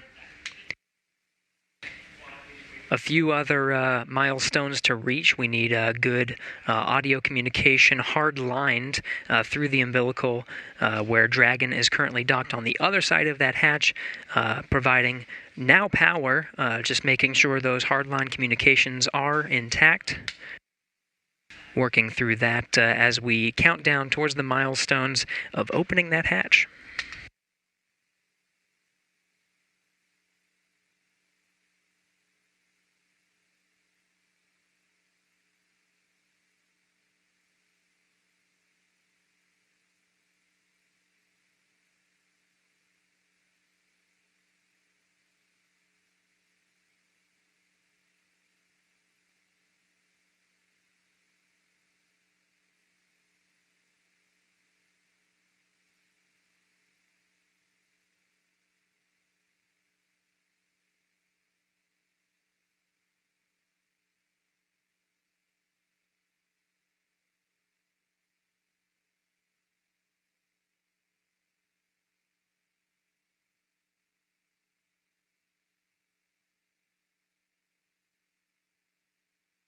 SpaceX Dragon on Dragon to ground. Go ahead. Yeah, and in section 1 of 4.400, The tablet state of charge are 66 for Doug's and 32 for mine. Copy. 66 for Doug, 32 for Bob. And do we have your permission to come back on board with video now?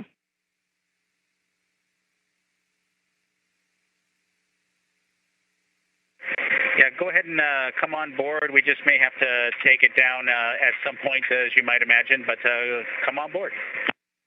Sounds great. Thanks.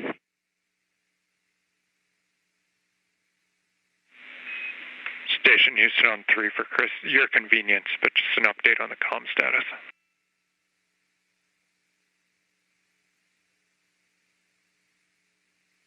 Yes, sir. Go ahead.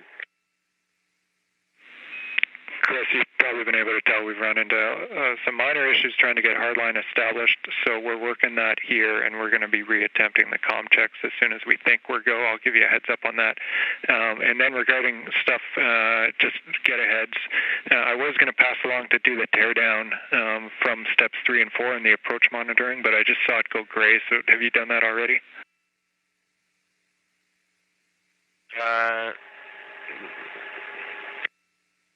Hold on just one second. Which one was that? Maybe I fat-fingered the wrong procedure. Yeah, no, it's subtle. So it's in the execution note for Dragon approach monitoring, as we were monitoring Dragon earlier in the day. Down in the execution note are the teardown steps. I'm here in the cupola right now. I'll take care of it. It's not gray, but momentarily will be. Sounds good. And I'm also hearing on that we have done on the ground steps 1 through 4, so it's just 5 and 6 left for you in that teardown procedure.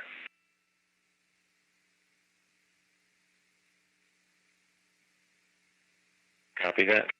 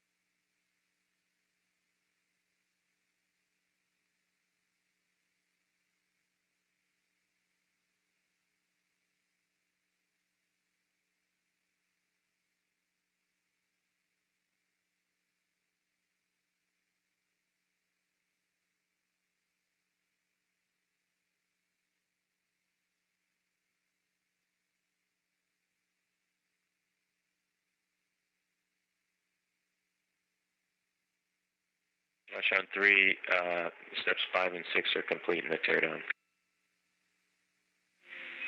Copy, Chris. Thanks for that. And just about to hit the button and reattempt the hardline checks with Dragon. Okay, copy. Endeavor, it's Houston calling via hardline voice check. How do you read?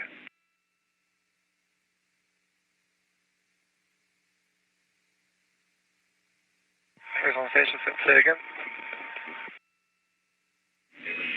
And station standby, Endeavor. This is a call for Endeavor via hardline voice check. How do you read? Houston, Endeavor, completely unreadable. It's skipping pretty badly.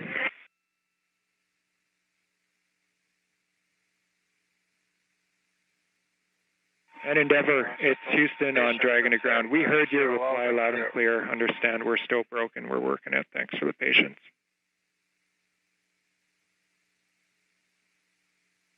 We got you, Josh. That's exactly the case. Thanks.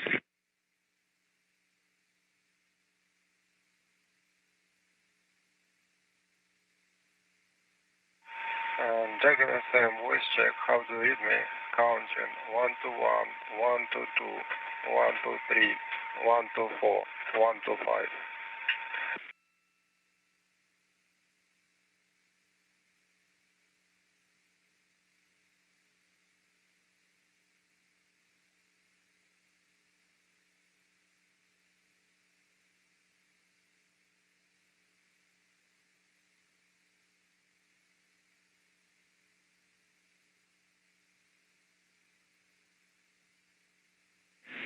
And station on 2 for Anatoly. Anatoly, we're hearing you loud and clear in Houston.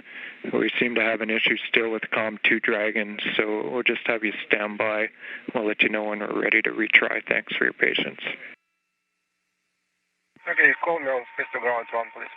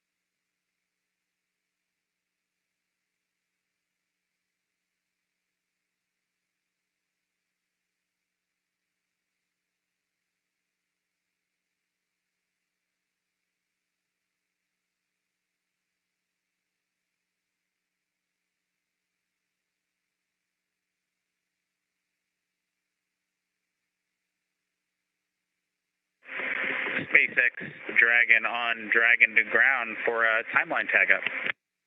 Go ahead.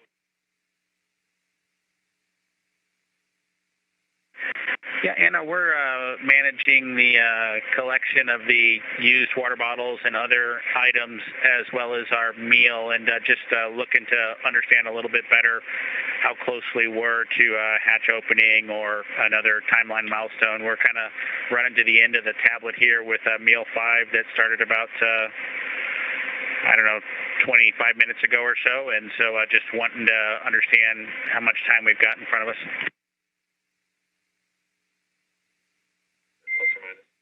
In Dragon SpaceX, we estimate we are about an hour to Dragon hatch opening.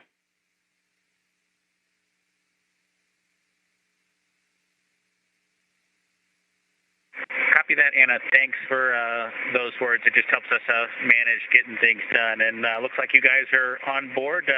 Welcome aboard, I guess, the integrated space station now, huh? Indeed. Thank you so much. We're excited to be here.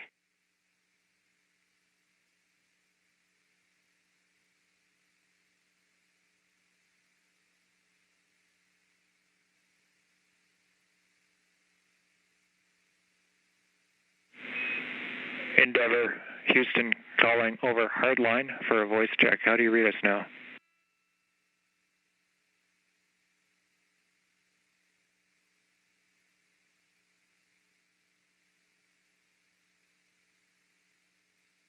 Houston or station from Endeavor. I'm not sure the location of that last call, but still quite a bit of skipping and unreadable.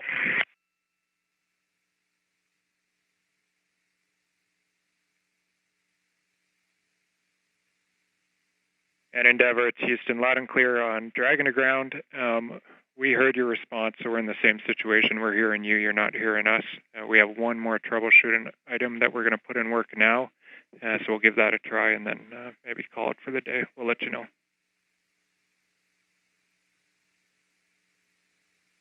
Endeavor copies. Thanks, Houston.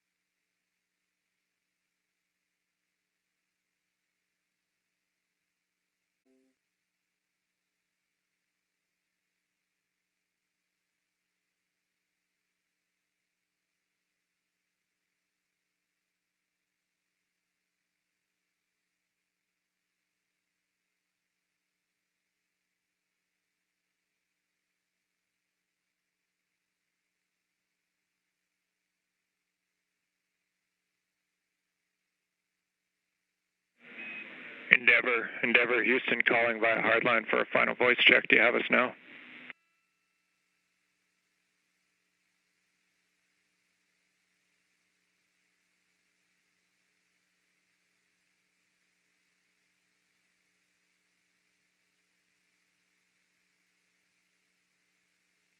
Houston, Dragon on the big loop, that was an improvement, but it's still completely unreadable.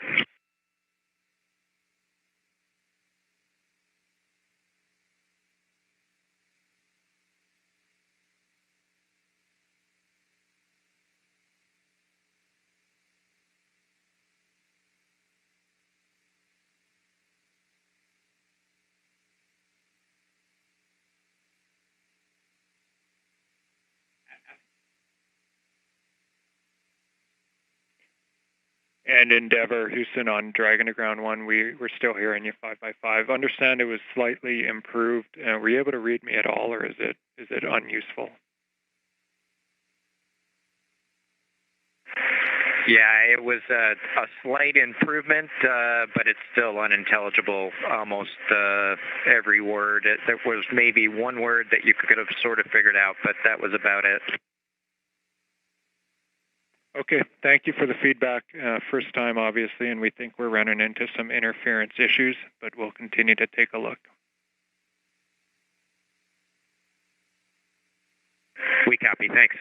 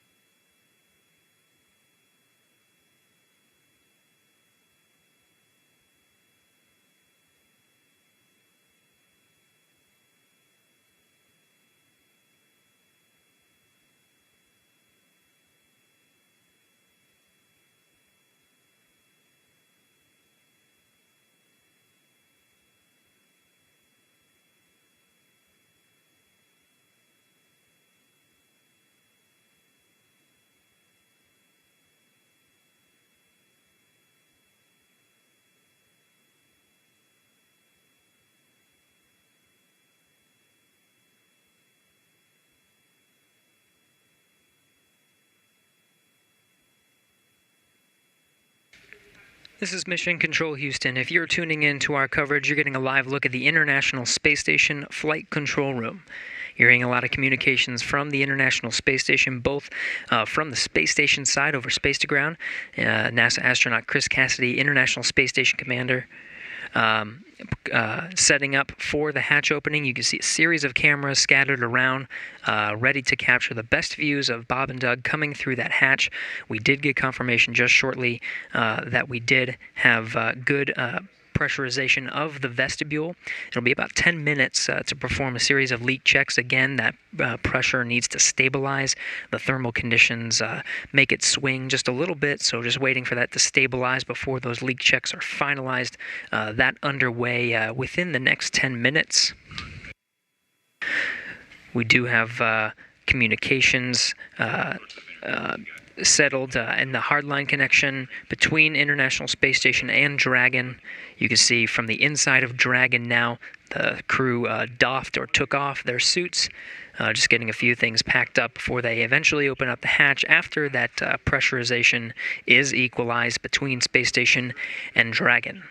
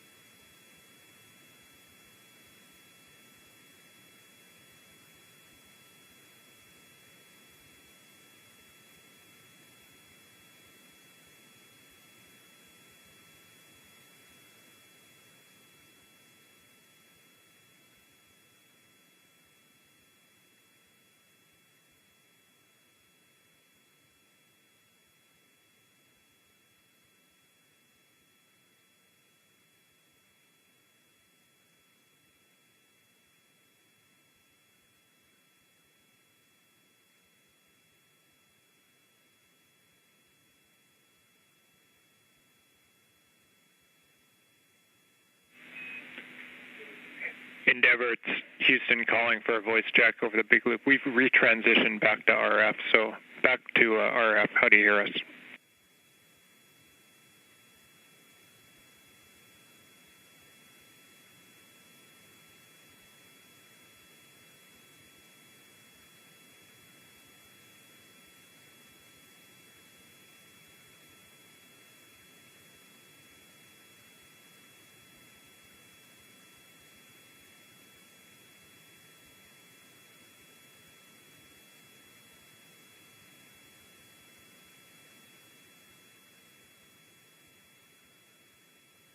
Houston Dragon on the big loop. Was that comm check for us? Yeah, affirmative, Endeavor. It's Houston. We transitioned back to RF because we still had the interference over hardline, so we're back on RF now and just want to make sure we had you.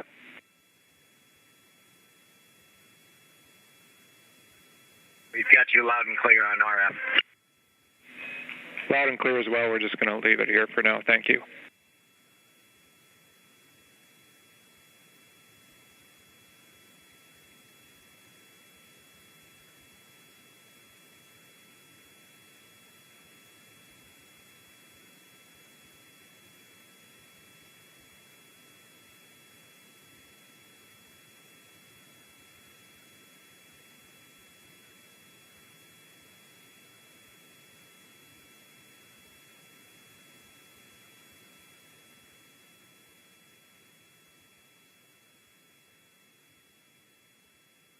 Here's a live look from inside the Crew Dragon. You're seeing Bob Benkin and Doug Hurley just preparing the inside of Dragon. They have doffed or taken off their suits.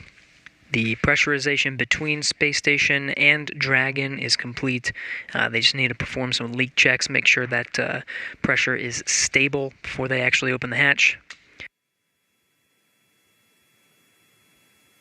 Teams working together on the ground, International Space Station Flight Control Room and the Flight Control Room in Hawthorne to get that big loop communication configured so everyone can hear each other through this process, figured out a workaround using RF connection.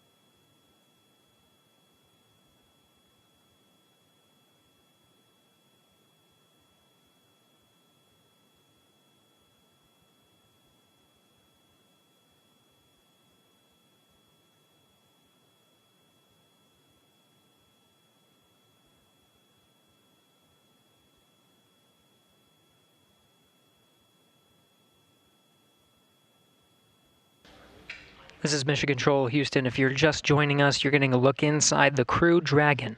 That was Bob Bankhead seated on the right side, the pilot seat, or the Joint Operations Mission Commander seat for Demo 2.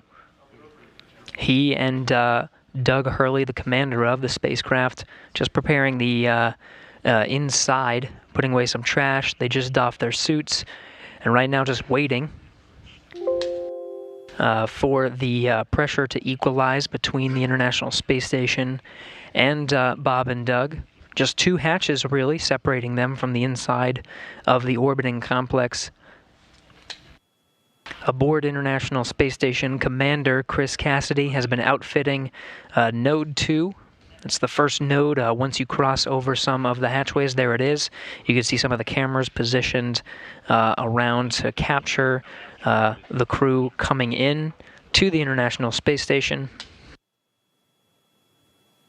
Much of that work completed at this point.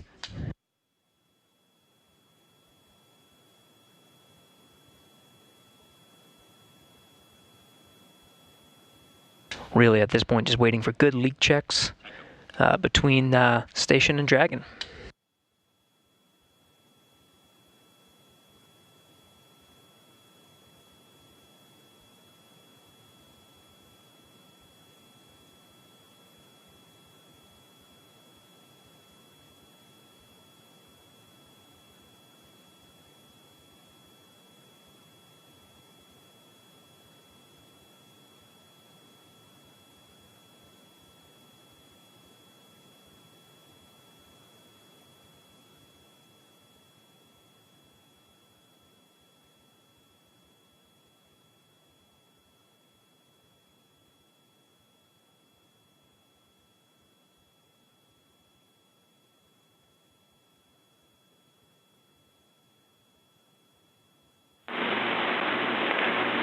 Station Huntsville, Space to Ground 3 for Chris on the ISS experience.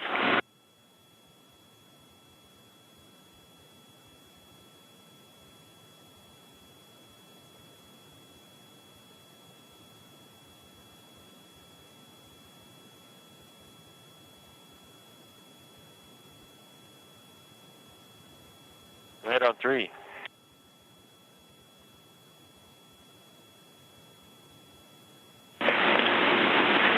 Hey Chris, we're not seeing good connection between the SSC-25 and the camera. We're coming up on a handover, but they're looking for a reboot of SSC-25. Reboot 25, copy. SpaceX Dragon on Dragon to ground for inventory. I am here and ready to copy.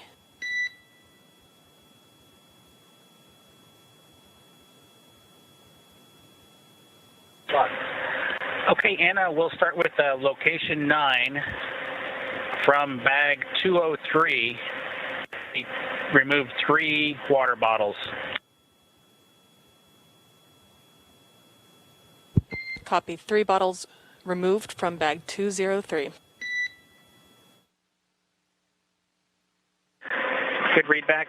From location 10, we removed bottles from each of bag 207, 208, so 6 water bottles in total. And Dragon SpaceX, you were pretty broken on that call, but I think I copied 3 bottles from each bag 207 and 208. Is that correct?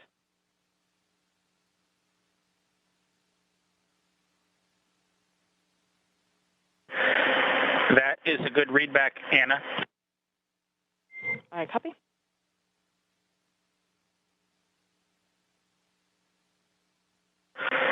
Okay.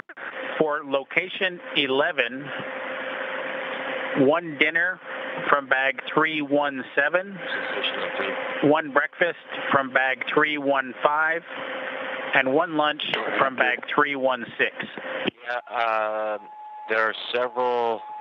I copy 1 dinner from 317, 1 breakfast from 315, and 1 lunch from 316. Folks are interested, but they're all everything that was taken has been sent down. That's a good readback. And location 12, 1 dinner from bag 321, 1 breakfast from bag 319, and 1 lunch from bag 320. I copy 1 dinner from 321, 1 breakfast from 319, 1 lunch from 310. And am I correct to conclude all of this includes your consumption from the lunch that you just completed?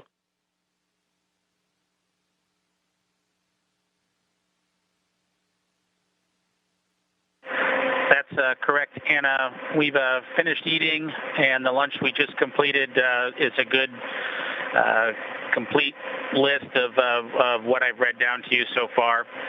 The only thing we have remaining is the flush of the waste system here, and we'll do that with a water bottle and report when we do that a little bit later. Copy. That sounds like a perfect plan. Thank you so much.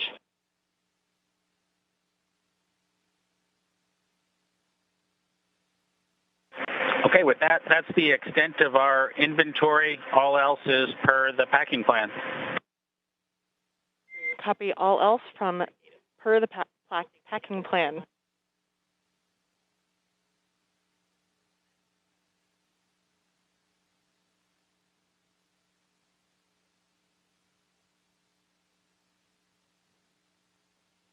This is Mission Control Houston. You've seen Chris Cassidy, International Space Station Commander, do much of the setup, but he does have 2 crew members on board, both Russian cosmonauts. Next to him right now is Ivan Wagner,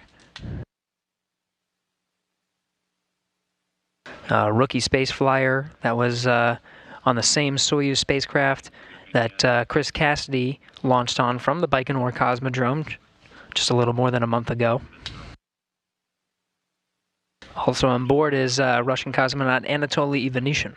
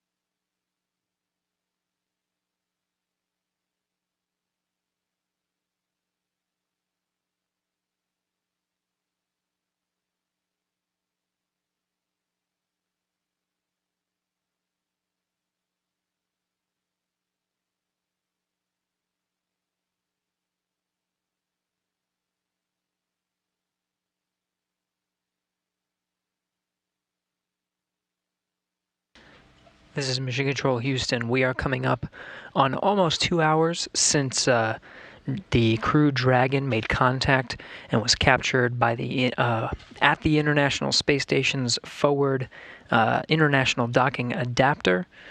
That happened at 9:16 a.m. Central, 10:16 a.m. Eastern. Still working through some of those milestones, equalizing the pressure between Dragon and International Space Station, verifying some of the communications, and of course you see Bob Behnken and Doug Hurley inside, continuing to prepare the inside of their vessel before they make their way inside the orbiting complex.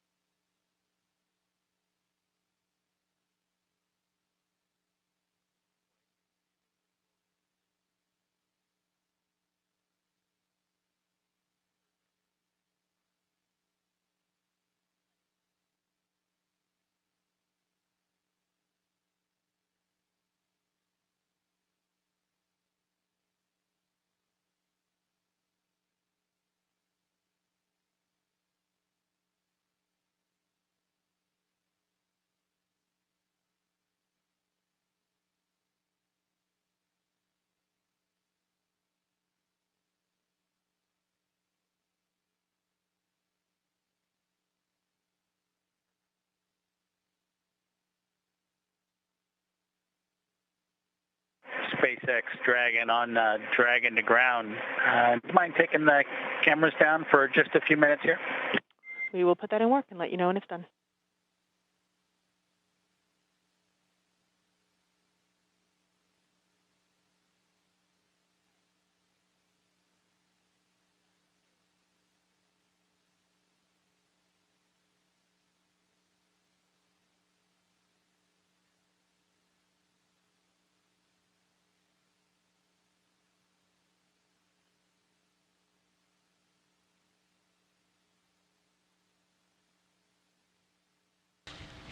This is Mission Control Houston.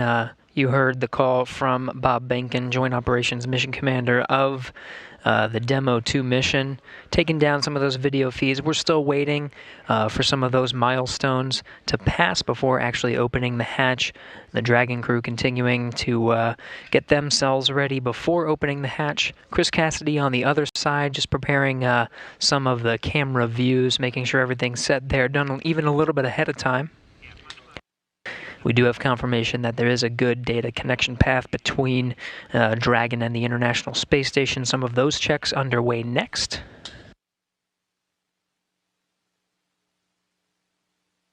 Coming up on 2 hours since docking at 9:16 a.m. Central, 10:16 a.m. Eastern.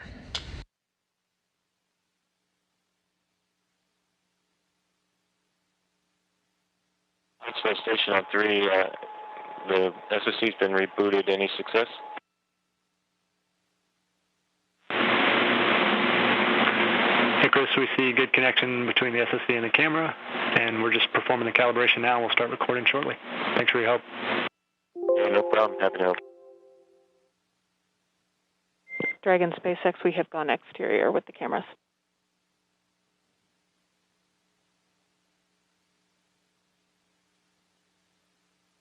Dragon copy, thanks.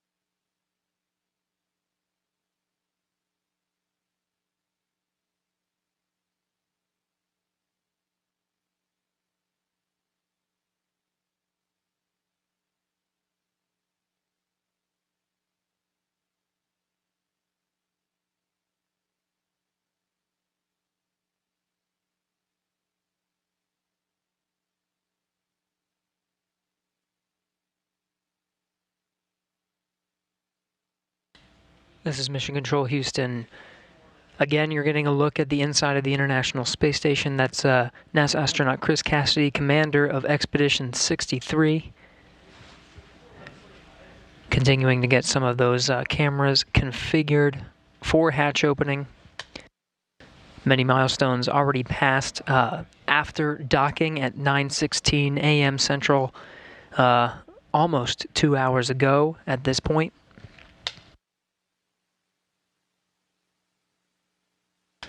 At the time of docking, the International Space Station was on Russian thrusters.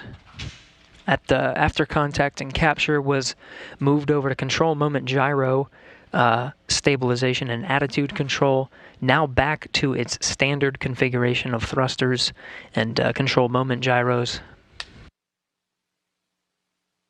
After an umbilical connecting Dragon to the International Space Station was established, we did get confirmation of good power flowing from the International Space Station to Dragon. Dragon now relying on station power. We did get confirmation of good data transmission. And of course, the teams here on the ground, both here in Houston and in Hawthorne, troubleshooting some of the communication to make sure that is ready to go prior to hatch opening.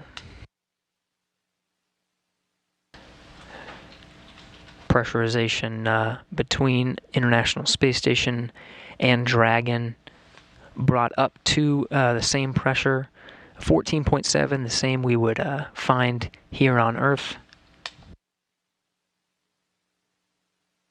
Leak checks are next to confirm the pressure is stabilized between the two vehicles. You see the hatch just on the other side of Chris Cassidy there. That's the hatch to the pressurized mating adapter. There's two more hatches once you go down that hatchway.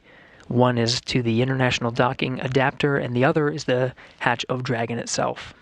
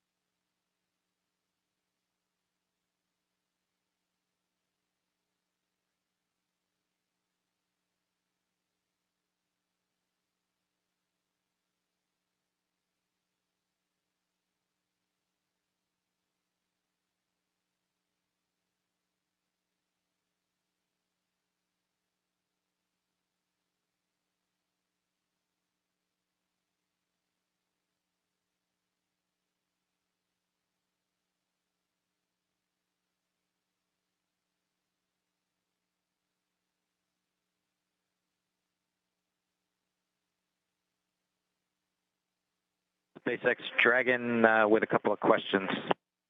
I am here and ready to copy. Hey, Anna.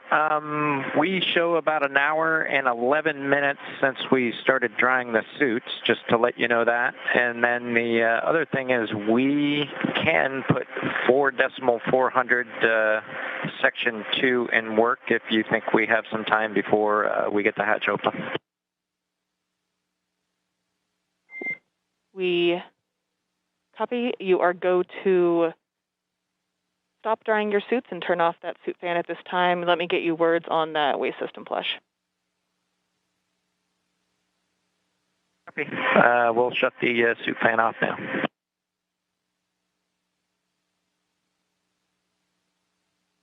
In Dragon SpaceX, we are about a half hour prior to hatch open, so you are go to do that waste system flush if that sounds good to you at this time.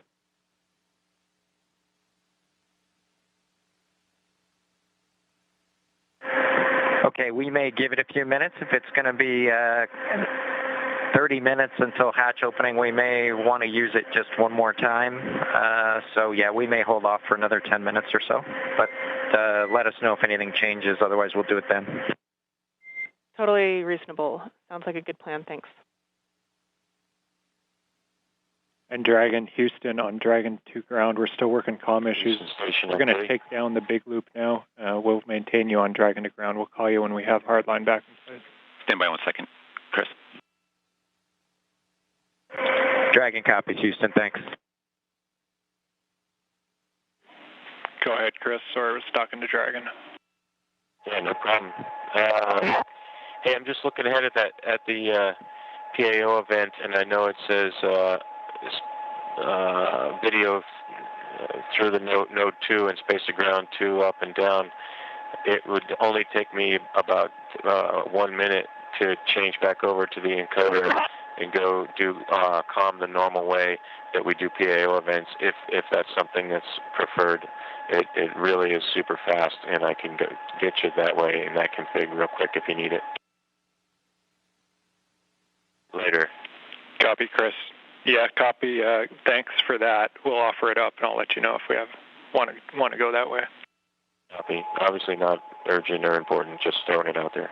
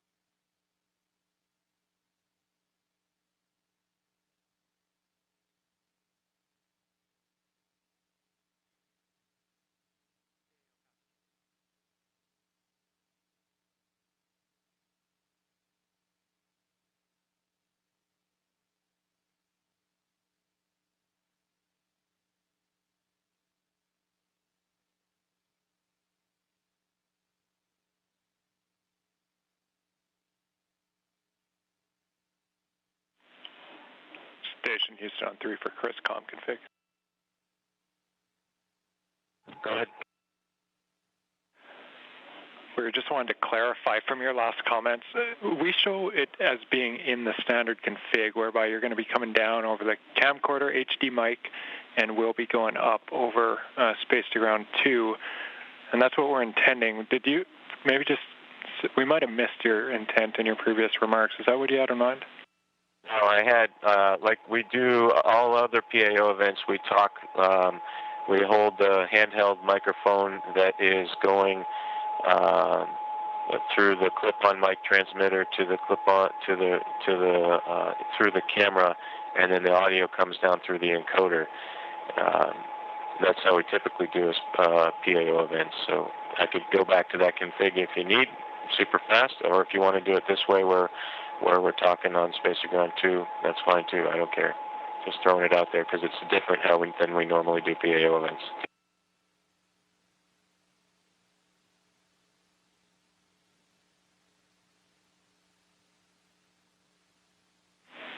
Standby. And just to be clear, with the configure in now is the Node 2 camera is not connected to the encoder, as you probably know. So all I would do is just plug the cable back into the encoder and switch back over to the nominal Node 2 camcorder.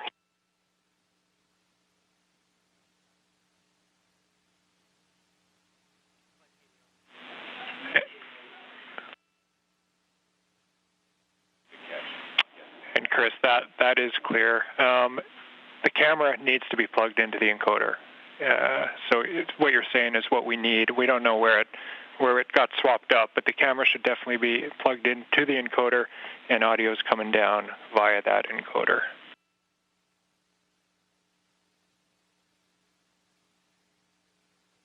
Okay, so yeah, we'll just use it on the. I guess what I was thinking is going back to one without a battery and not be dependent on the battery, and going back over to the nominal cable, which includes power.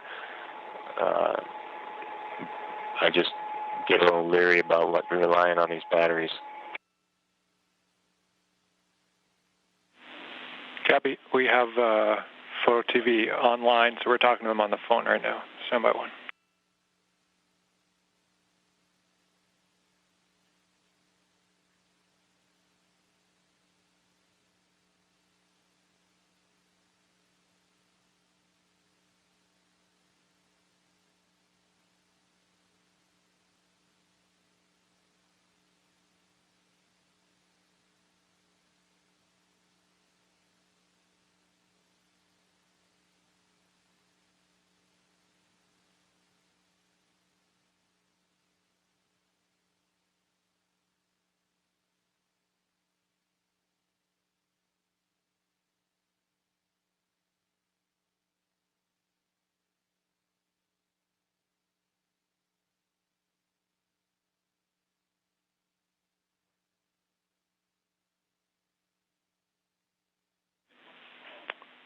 Station Houston on 3 for Chris.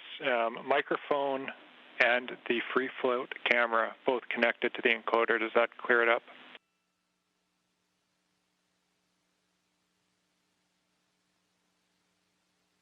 Okay, copy all. You want the free float camera, and we'll use the handheld microphone through the ATU. Copy all. No problem. I think I'm not communicating. No pun intended. But I think we're in a good config now, and I won't swap over to the nominal Node 2 camera.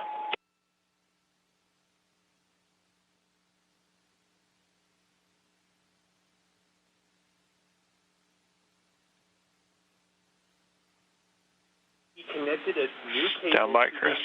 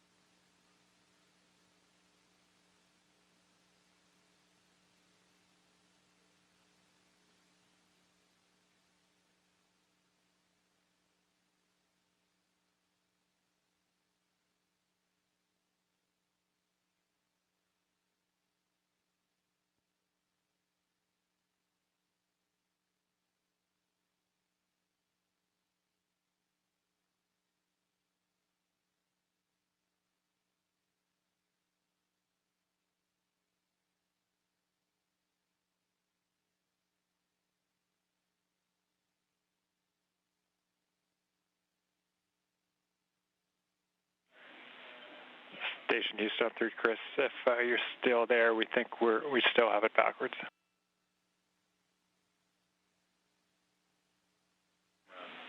So I see you look. Yeah, I see in the video now. So we still have PAO on the line. Sorry for the confusion, but I think this much is clear. This morning, we moved cameras, we swapped the cameras that were connected to the encoder. What we want now, we're getting video from the free float camera through the encoder, so that's good. We're seeing it right now. What we need, just relaying here, is your lapel mic. That has to go through that new free float camera, so that your mic connects to the free float camera, and then that audio comes down through the encoder. Does that make sense?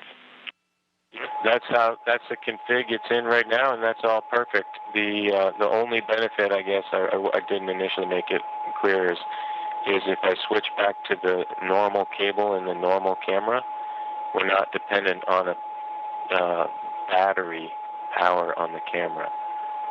I just am worried that throughout this whole event, we're gonna that all of a sudden the battery's gonna go out. I go back to the normal. SpaceX Dragon on Dragon to ground. Now report complete with 4.012. The benefit to this free flow camera Copy is complete I with can take 4.012. and make it all the way into the Dragon, which I don't think we could do with the other cable. So my thought was, after we do all of the ingress stuff and we switch gears to the PAO ceremony when we're standing right in front of the hatch, we could have actual power to the camera. But it's really no big deal. What I'll do is I have got a couple batteries on standby, and I'll just make sure there's a fresh battery right before we start that PAO event. Okay, Chris, sorry it took so long, but I'm 100% with you, and copy 100% on the battery concern. The word we're getting here is we would like to run it in the config that it's in right now. We copy all on the battery config. Great idea to have a few spares nearby, but we think it's going to last throughout the whole event. Okay, copy all.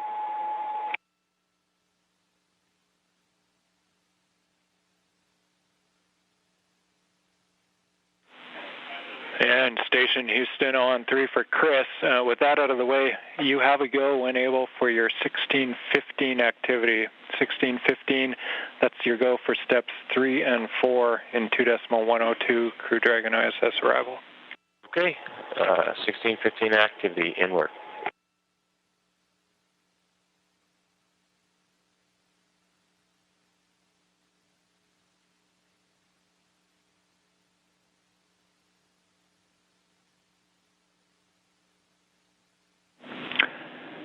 Endeavor, Houston calling on hardline for a voice check.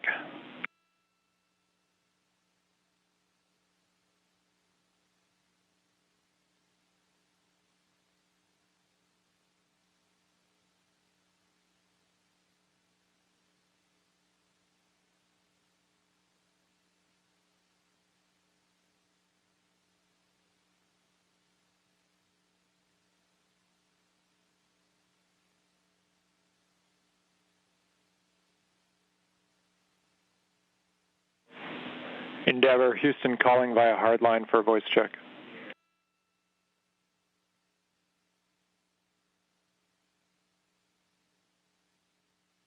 Loud and clear, how was? Hey, Endeavor, Houston, we have you loud and clear on hardline. Great news. Well, congrats. Sounds like we got it at least somewhat sorted out. Affirmative, concur. We think we might have found interference between C2V2 and the hardline system, but we're going to keep it here for now and proceed down the timeline. Never copies.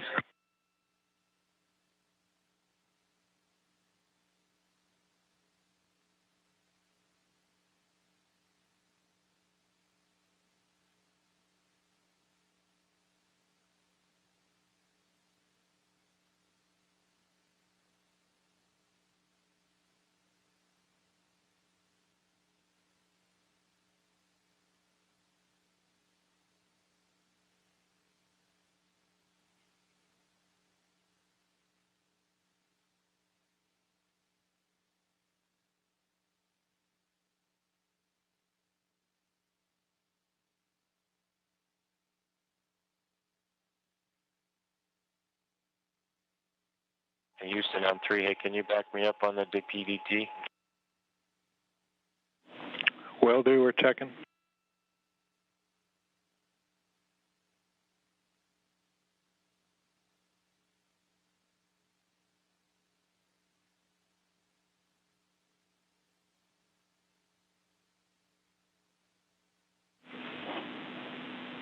Station Houston on 2. Chris, TPT is good. You're go to continue. Copy, thanks.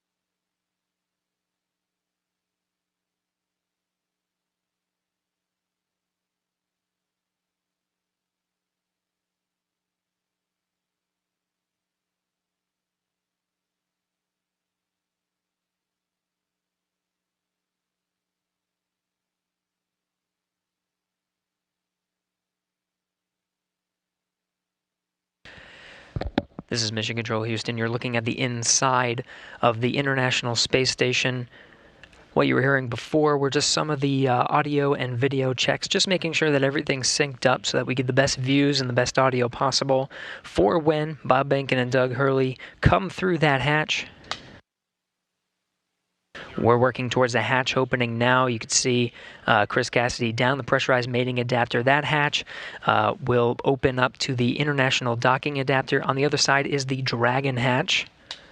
Cassidy working through those procedures after pressure equalization was complete. Now expecting around the order of 10 to 15 minutes maybe until we finally get that hatch open. So we'll stand by, keep those views coming from the inside of the International Space Station to welcome Bob and Doug aboard.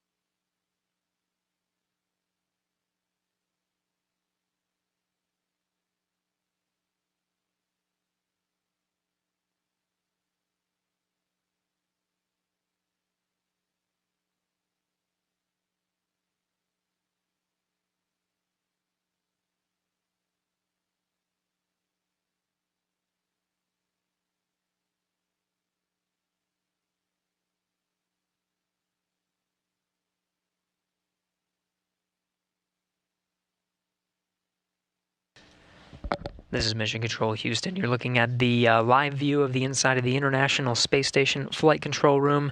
The team here, Orbit 2 team, led by Flight Director Scoville, is working through the intricate process of making sure everything is ready to open the hatch and welcome Bob Behnken and Doug Hurley aboard the International Space Station.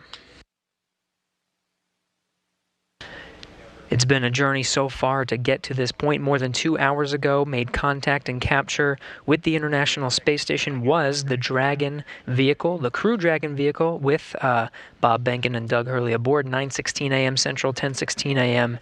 Eastern. Dragon FM, voice check. How do you read me?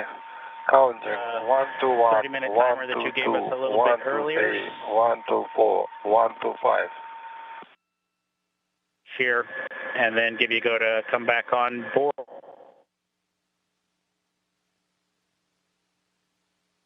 In Dragon SpaceX, you were pretty broken in that previous call. Here's some stations with the ground too. I don't hear Dragon. I think you're being summoned by the Russian crew.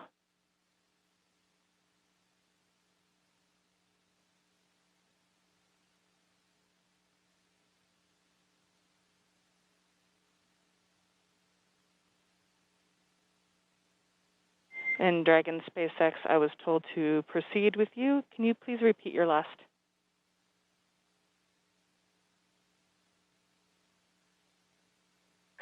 Yeah, Anna, just wanted to double check with you to make sure you had copied our last and that we were still good on that estimated timer that you gave us for 30 minutes. It looks like we've got about 10 minutes left. So we'd like to pick up in section 2 of 4.400. Checking.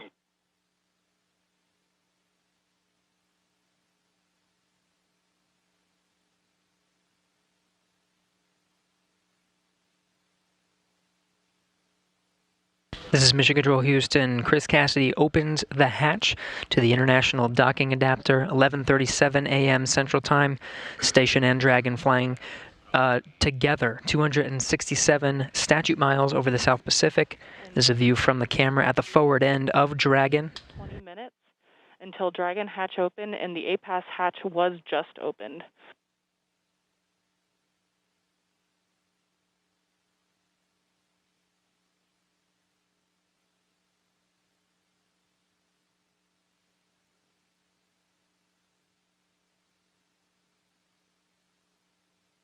Again, 11:37 a.m. Central. The hatch to the International Docking Adapter was open. You see Chris Cassidy there poking his head in. That's the camera at the forward end of the Dragon. Now only one hatch separating Bob Behnken, Doug Hurley from Chris Cassidy, who you're seeing here from those Dragon views. Expected time to open that hatch is about 20 minutes from now.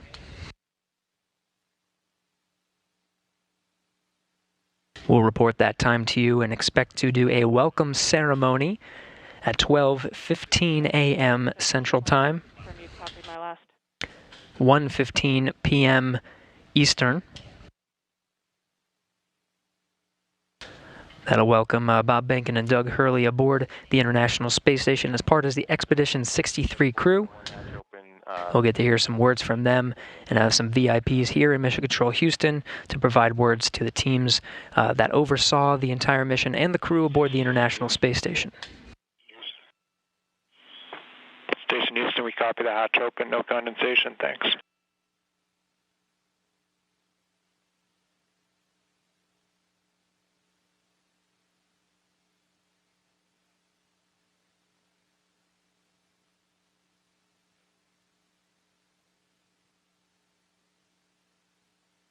Dragon SpaceX on Dragon to ground, comm check.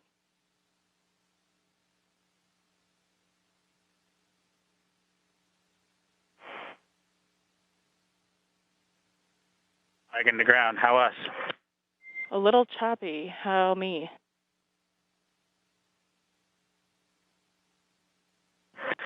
You are loud and clear. We'll put section 2 of 4.400 in work. We copy all. Thank you. And please give Anatoly a call on SpaceX Hawthorne, where NASA's Dan Hewitt and SpaceX's Jesse Anderson are keeping an ear. Okay, we'll call Anatoly on the big loop, and I'd also like to report 2 bottles of water consumed from location 9, bag 204. Location 9, bag 204, and to confirm that was for the waste system flush. Reports say all. One for the waste I want to system. mention one more detail about that mission. We want to show you a picture of suiting up for the room. There is astronaut who flew on 2 shuttle. Chris Cassidy removing that target from the APAS hatch docking interface. Dragon, com check on the big loop for Anatoly from Endeavor. These the seats that are actually the same seats that are Continuing the dream. vehicle, and that's Vision the ambitions of a new generation continuing the dream. 20 seconds into flight, stage 1 propulsion is nominal.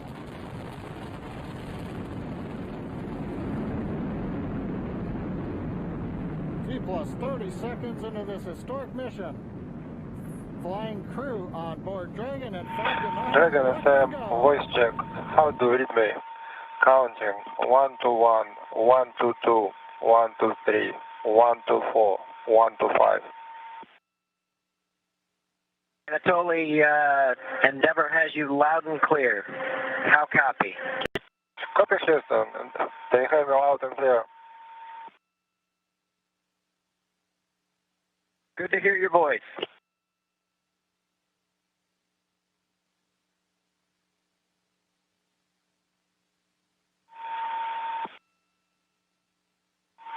Dragon FM, how do you read me?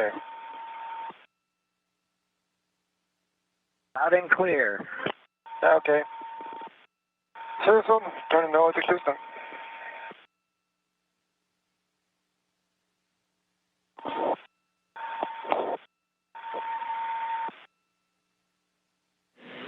And all players from Houston, that completes the comm checks. Thank you. Copy. Okay.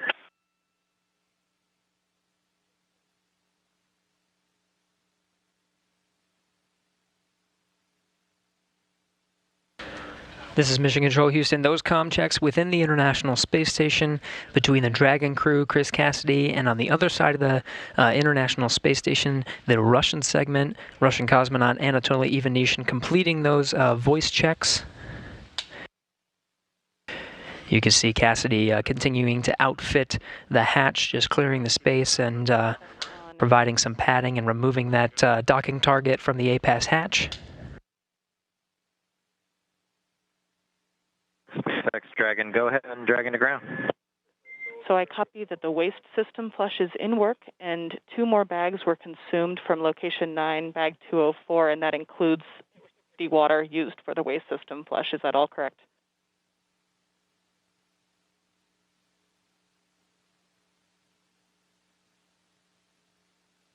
From bag 204, one of which Bob is in the process of consuming, and the other will be for the waste flush. That is correct.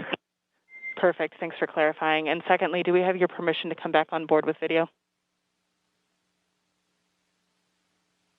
Negative. We're going to need about 2 minutes. We're just wrapping up ops here right now. Copy. 2 more minutes. We will await your confirmation.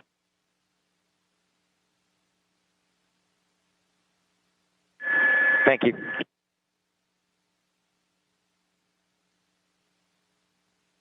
Still getting views from the infrared camera that's located right at the center of the Dragon hatch, looking at Chris Cassidy, International Space Station Commander, outfitting that hatch, getting ready for Bob and Doug to arrive. You were hearing communications over Dragon to ground. That was Bob Benkin and Doug Hurley on the other side of that hatch, inside the crew Dragon vehicle, finishing up their operations on the inside for that hatch opening, expected in about 10 to 15 minutes.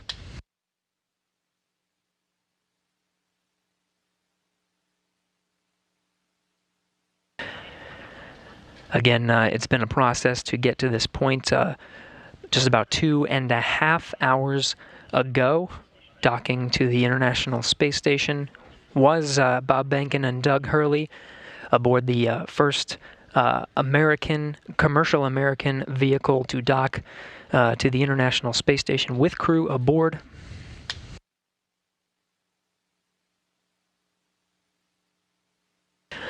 Again, we're expecting about 10 to 15 minutes to open up that hatch One more hatch separating Bob Behnken and Doug Hurley from the inside of the International Space Station, still looking at Cassidy doing some of the prep work for that hatch. We'll get some great views that Cassidy set up over the past few hours to capture this historic moment today. Be sure to stay tuned in at 12:15 p.m. Central Time, 1:15 p.m. Eastern.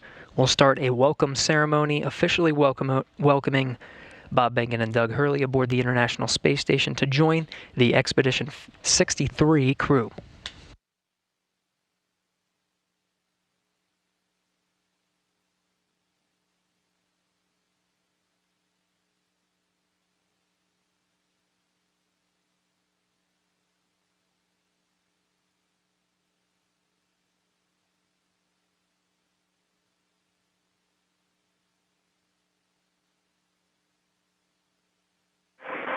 SpaceX Dragon on Dragon to ground.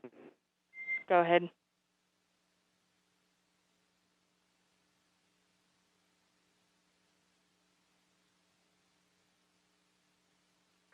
Anna, you're clear to come on board.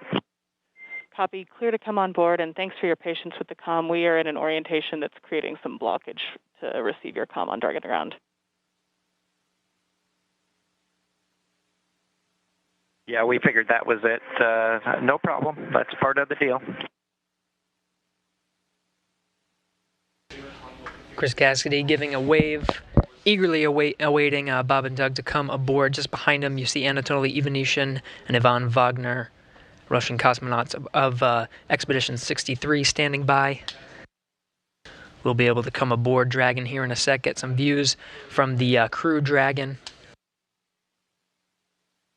We're in a short handover of those communications from the International Space Station. Video and audio should be regaining them momentarily.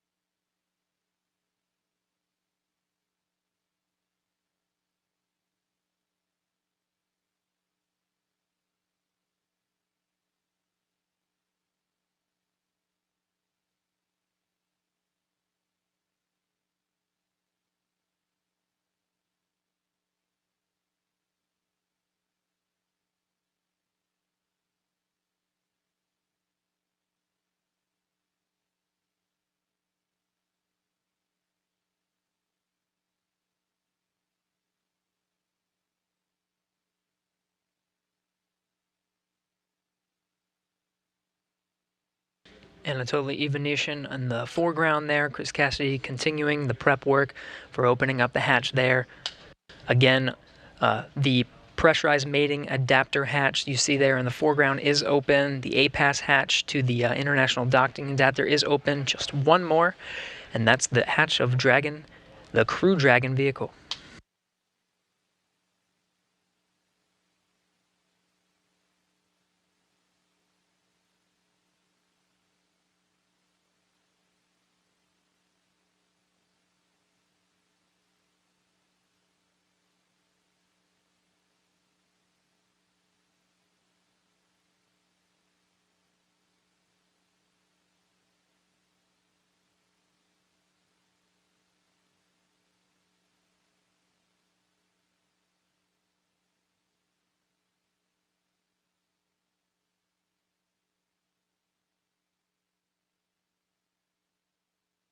Houston Station, space to ground 2. Station is ready for Dragon hatch equalization. Station Houston copies. Dragon call ready when you're able.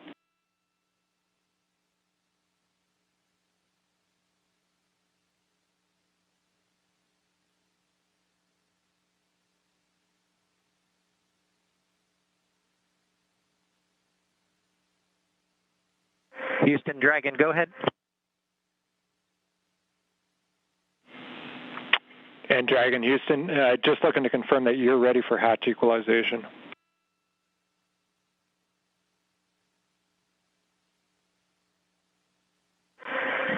We are ready as long as SpaceX is ready.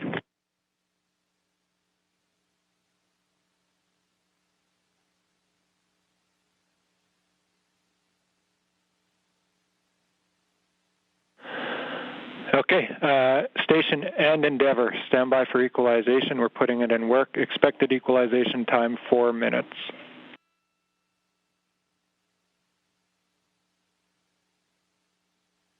Station copies. Endeavour copies.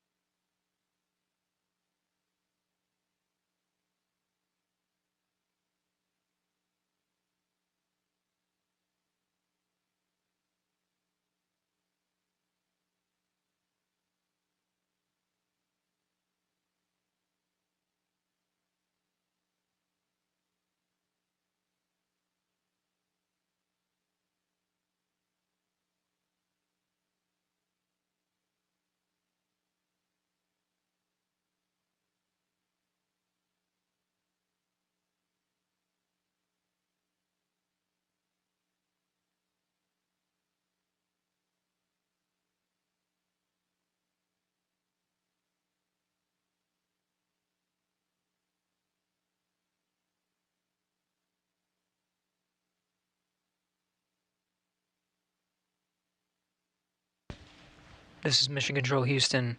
We're continuing to equalize the pressure of that last hatch. Behind that hatch is Bob Behnken and Doug Hurley aboard the Crew Dragon spacecraft. We are moments away from opening the hatch and welcoming them aboard the International Space Station.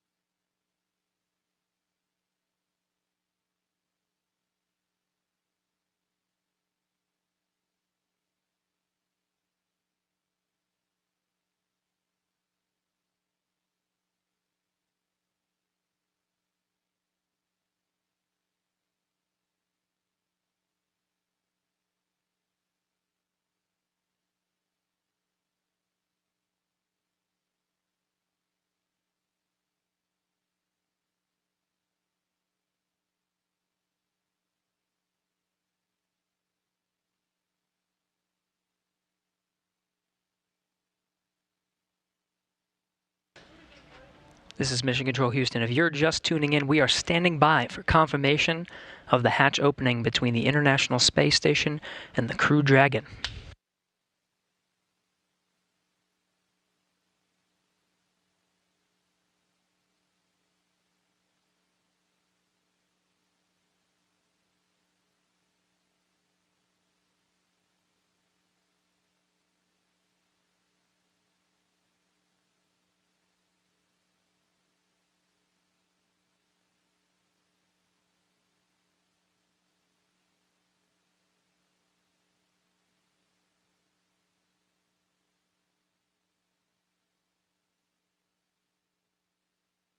There's the hatch to the Crew Dragon.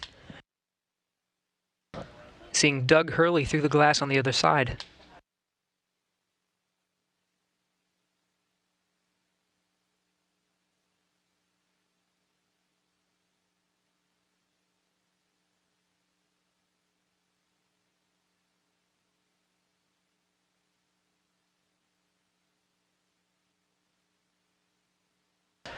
And there's Bob Benkin.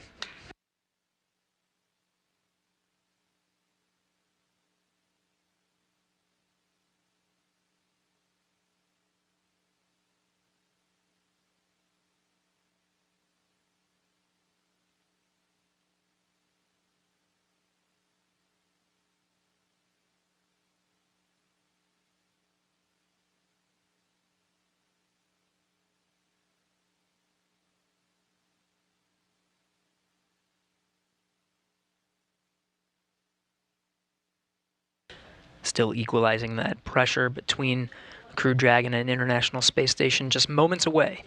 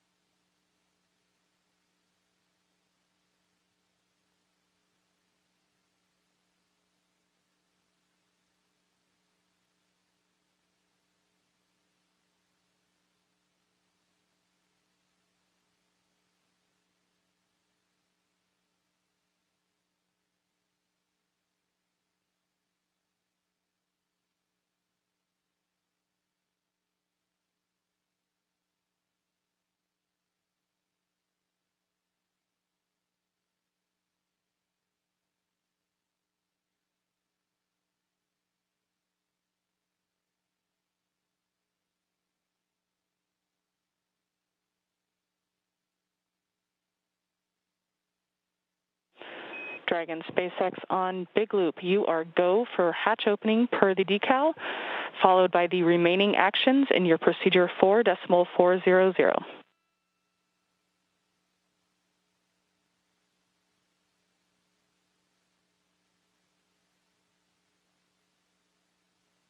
Dragon copies, go for hatch opening and remaining steps in 4.400.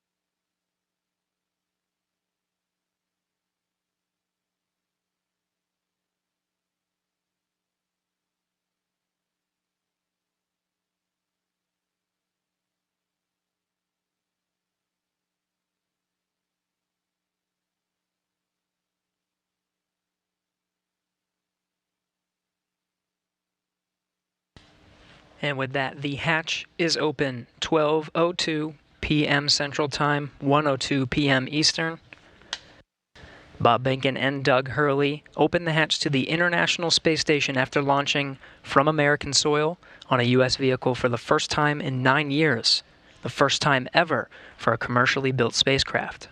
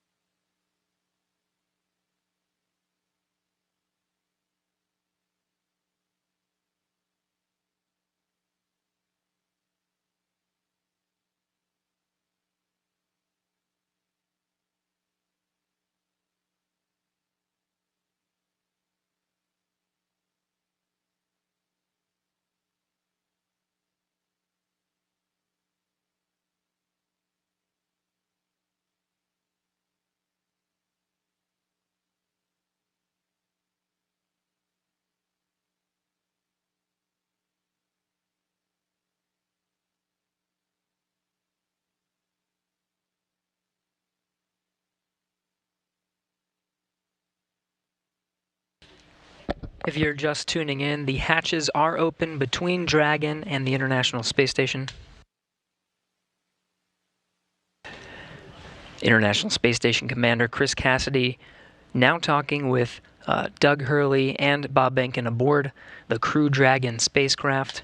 That hatch open at 12:02 p.m. Central, 1:02 p.m. Eastern.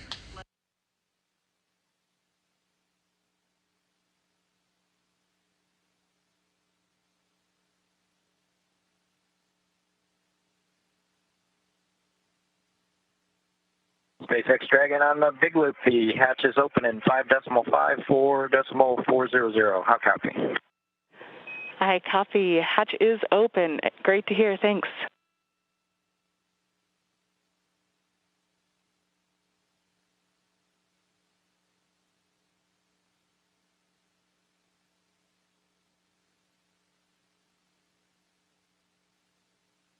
And SpaceX Dragon in 5.9, we're going to exit out of 4.400 and transition to 2.102 Crew Dragon ISS arrival through the hatch opening. I copy. With that, I understand you are complete with 4.400 and will follow along with you as you transition to the ISS procedure.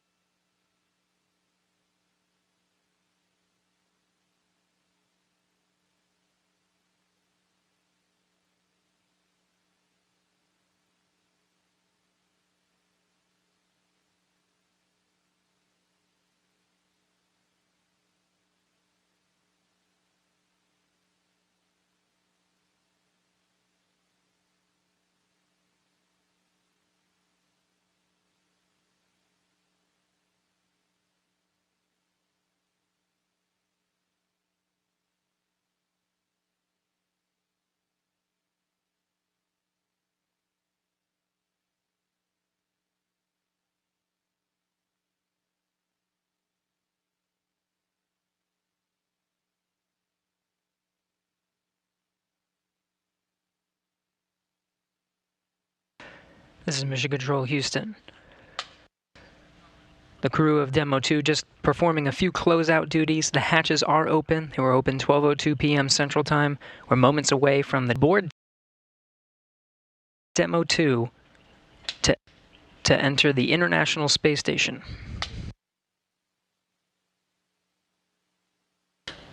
It'll be the first time that Americans will enter the International Space Station on a rocket launched from U.S. soil, built by an American company. The first time ever Americans will enter from a commercially built spacecraft.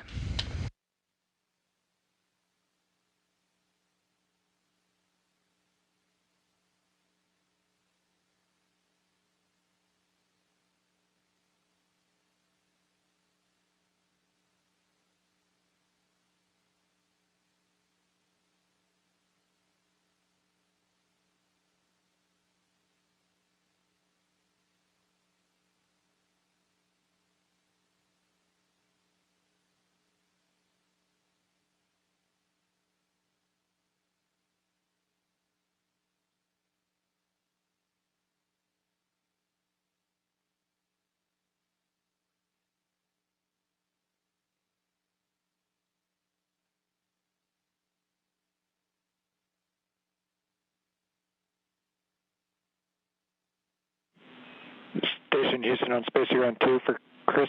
When you're able, we're just looking for a quick voice check on the mic.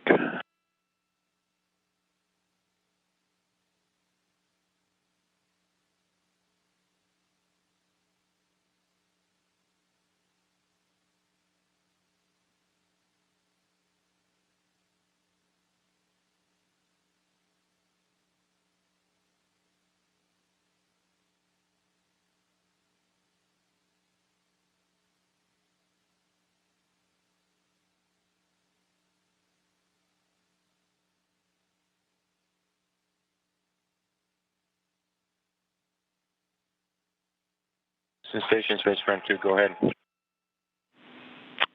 Chris, we were hoping we could voice check the mic just before starting the PAO event.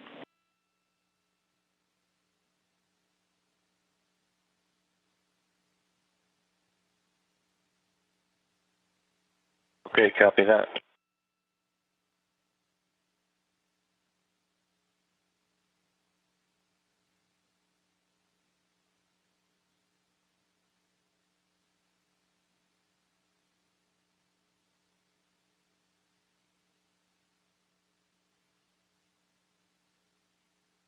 Houston Dragon on the big loop and step 6.1 of 2.102 IMV duct installation is complete. Go for IMV fan activation. Houston copies, go for IMV fan activation, that's in work.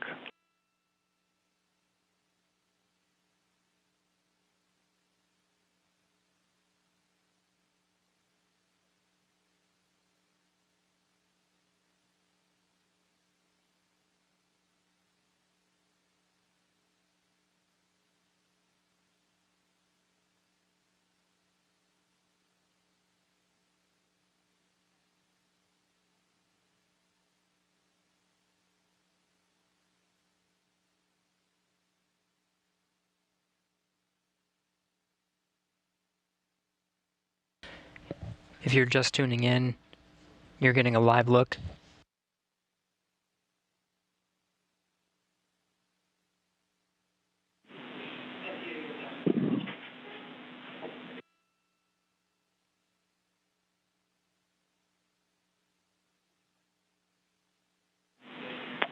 Station Houston on two things. Chris, we did hear you over the PAO side of things. That was a good voice check. We might ask you for one more. And then for the Dragon crew, you also have a go for 6.3. That's opening the location 23 and checking for debris. Dragon copies 6-3 in work.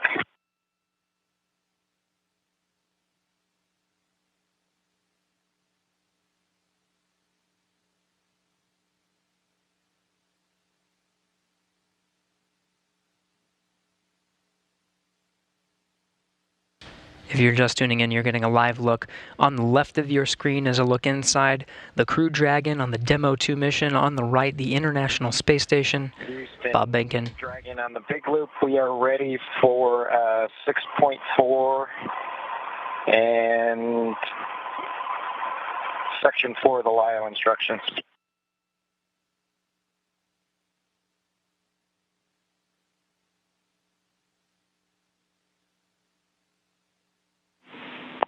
And station, we copy. Dragon crew, you are go at 6.4.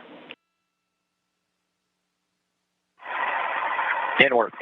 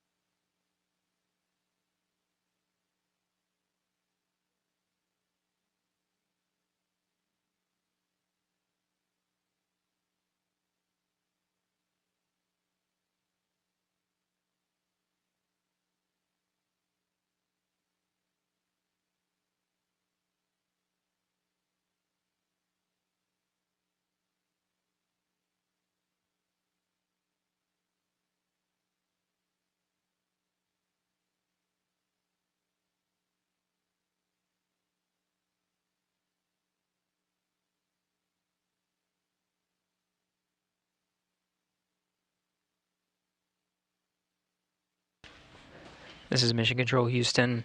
You're getting a live look at the inside of the International Space Station, losing video communication from the International Space Station. It will only be momentary. We'll have those views back to see Bob Behnken and Doug Hurley enter the International Space Station.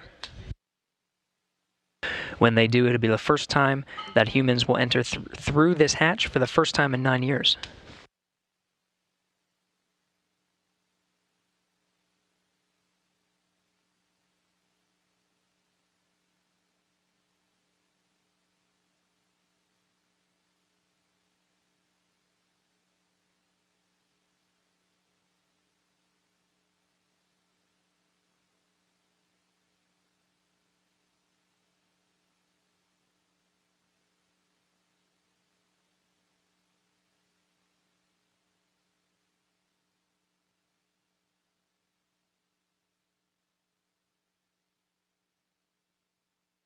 Dragon, so we had to I had to load the procedure from my iPad and hand it in to them, so that's what took a little longer.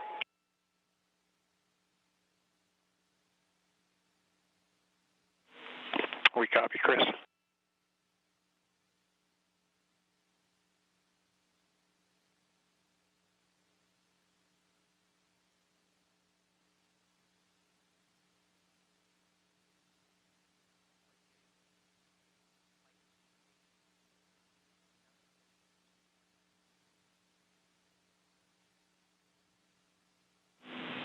Station Houston on 2 for Chris. When convenient, PO requests an additional voice check through the mic.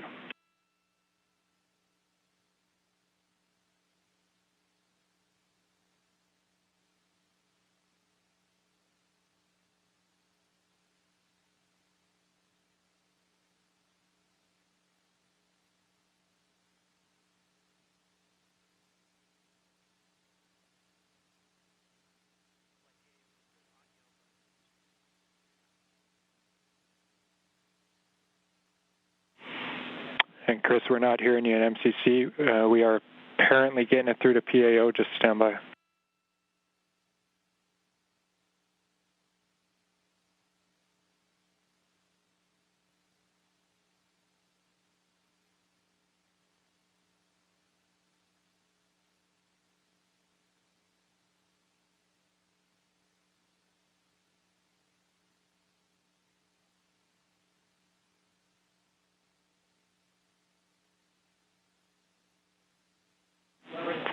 Chris, PAO is working comm reconfig. I'll call you if we're ready for another check.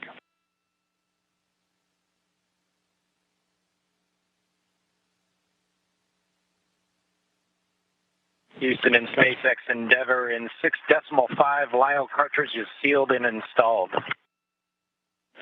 SpaceX copies.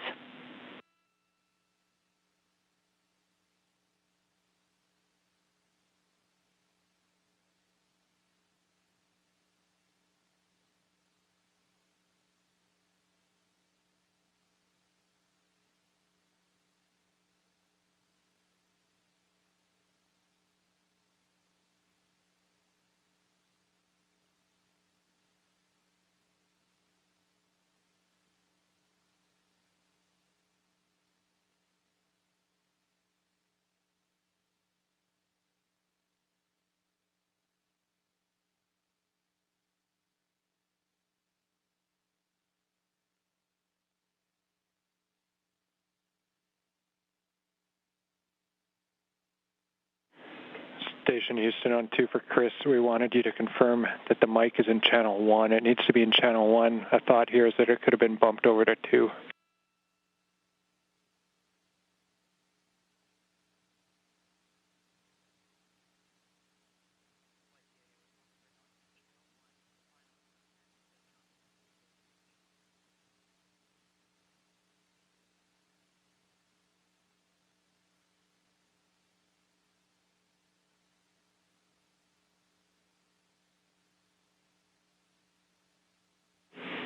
And Chris, we see you trying. We're still not hearing you in MCC. We're working on it.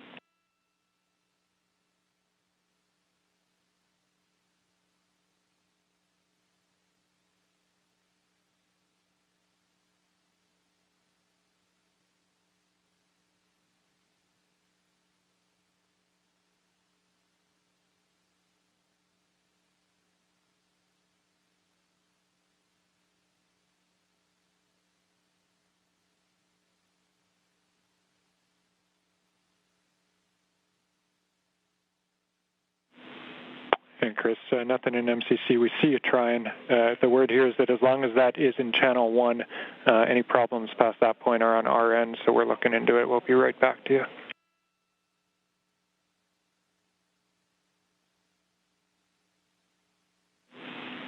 Station Houston, we're ready for another voice check through the mic.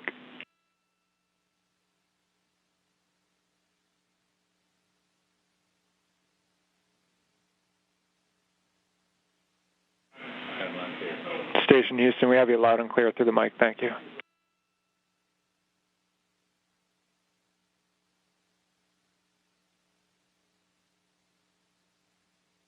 SpaceX Dragon on the big loop in 7.1. SpaceX here.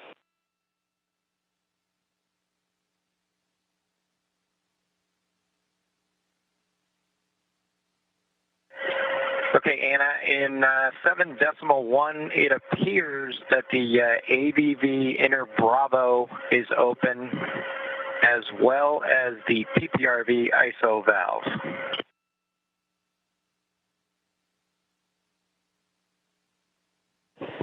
I copy that AVV inner Bravo appears to be open, as well as PPRV ISO valve.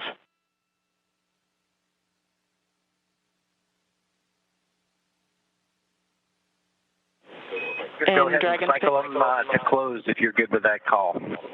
Yes, we are good with that call and appreciate the status. Thank you.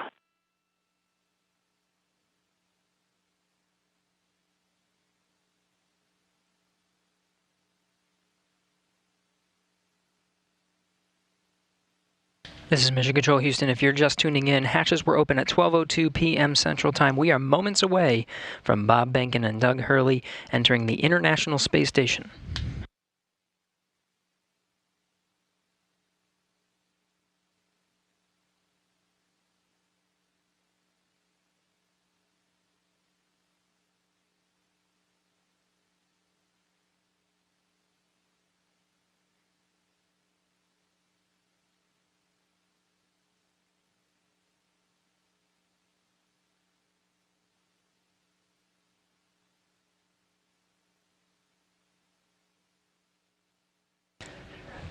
Again, this is Mission Control Houston, moments away from Bob and Doug entering the International Space Station. Shortly after they enter, we will conduct a welcome ceremony. There will be VIPs here in Mission Control Houston, Ficker 1. Looks like they're all closed visually now. We are in 8.3 for both SpaceX and Houston. Dragon arrival configuration is complete. SpaceX copies. All valves appear closed visually now, and arrival configuration complete. Excellent to hear. Houston copies. And with that, Endeavour, welcome to the International Space Station. Please come aboard.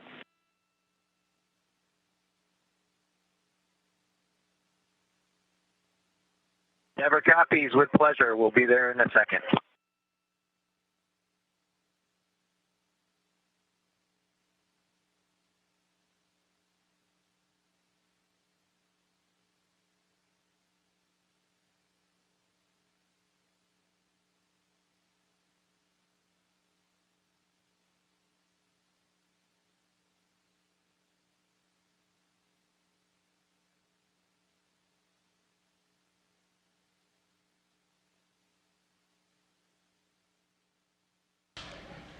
We have Bob Behnken from SpaceX Demo 2 mission entering the International Space Station.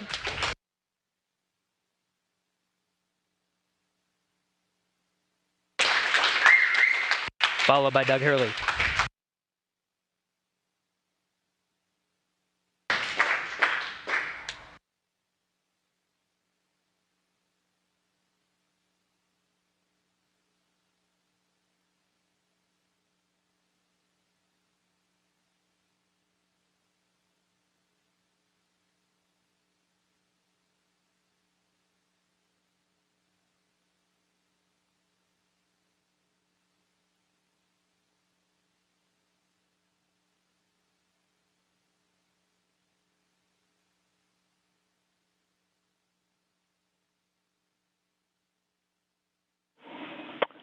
And Station Houston, we see you, and it's a great-looking photograph. So thanks for that. Stand by one. We'll call you when we're ready for the event in the next few seconds. Got a whole bunch of very happy and grateful people making their way into MCC right now.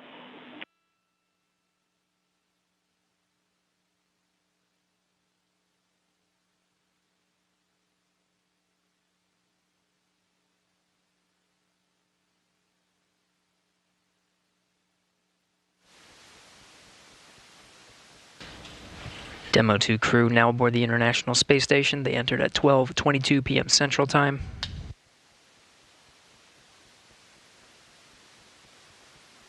The station at the time was 262 statute miles over Turkmenistan.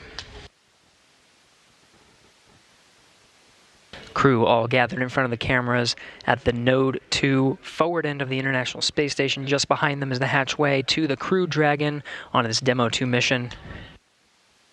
We're standing by for a welcome ceremony. We'll have VIPs here in Mission Control Houston ready to greet the crew.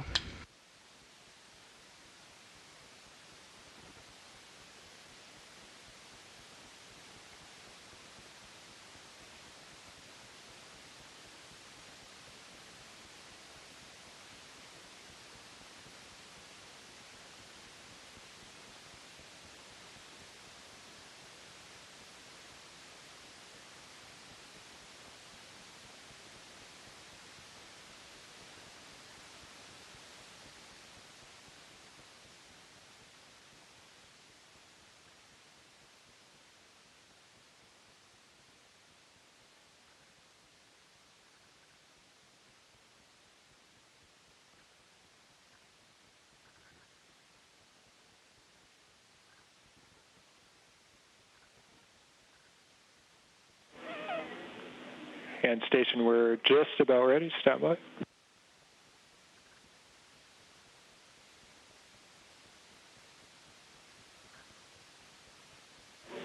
All right, Station, it's Houston on Spacer Ground 2. Confirm that you are ready for the event. Houston, this station, we are ready for the event. Copy that. And, sir, Administrator Bridenstine, welcome to MCC. Please call Station for a voice check. Station, this is the NASA Administrator. Can you hear me? We hear you loud and clear, sir. Welcome to the space station. Thank you, Chris. It's good to see you. And welcome to Bob and Doug.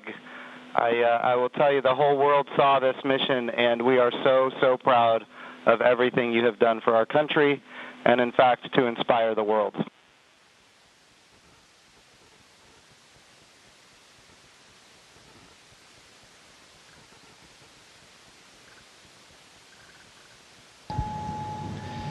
We sure appreciate that, sir. It's obviously been our honor to be just a small part of this. We have to give credit to SpaceX, the Commercial Crew Program, and, of course, NASA. It's great to get the United States back in the crewed launch business, and we're just really glad to be on board this magnificent complex. Well, we have some VIPs with us here, and I'm sure they have some questions that they'd like to ask you, but I have one of my own before I turn it over. And I just wanted to find out if you guys got any sleep on your way up there the last, I'd say, I got 19 hours. Did you guys get any sleep?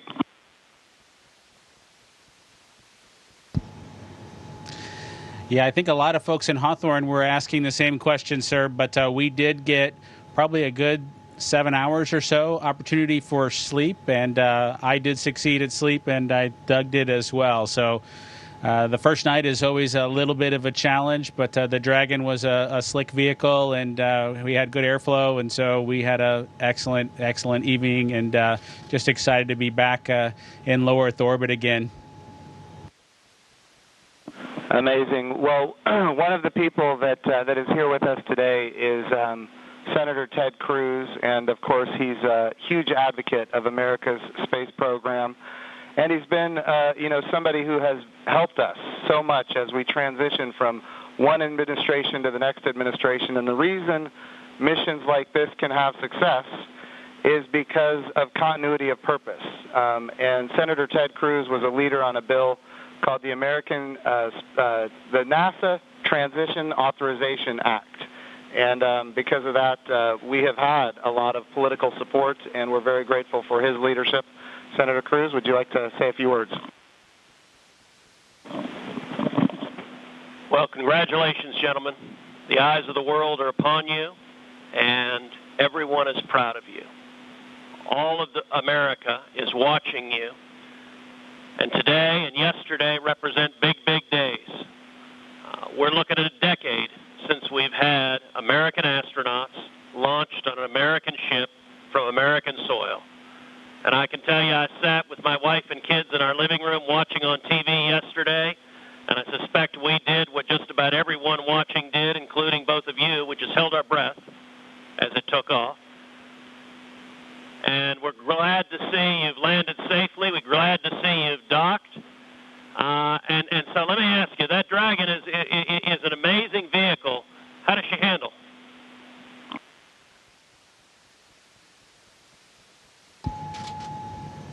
It flew just like it was supposed to. It was we had a couple of opportunities to take it out for a spin, so to speak, once after we got into orbit last night, and again today about 20 minutes before we docked. And my compliments to the folks back at Hawthorne and SpaceX for how well it flew. It is exactly like the simulator, and we couldn't be happier about the performance of the vehicle. What do you guys hope to accomplish in your time on the International Space Station?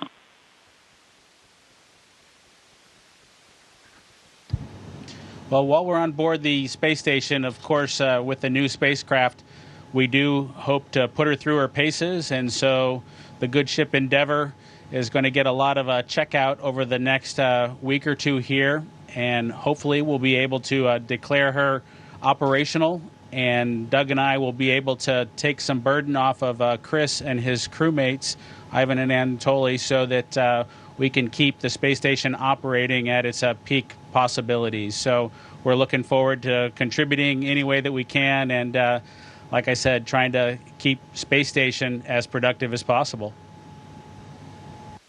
As a country, we're in the midst of a tough week. We're seeing protests, we're seeing a lot of anger, we're seeing violence.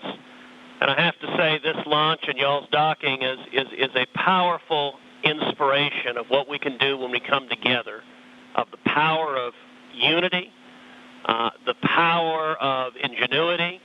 And so I guess the last question I would ask you is since you have the opportunity to address, in particular, all the young people in America, what would you tell them in terms of what we can do when we can come together?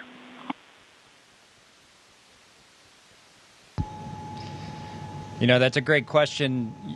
9 years ago, just about exactly 9 years ago, we docked with Atlantis on STS-135, the last flight of the Space Shuttle program, a 30-year program. And folks at SpaceX, folks at NASA, the Commercial Crew Program put their heads together and worked diligently year after year, making sacrifices, working hard.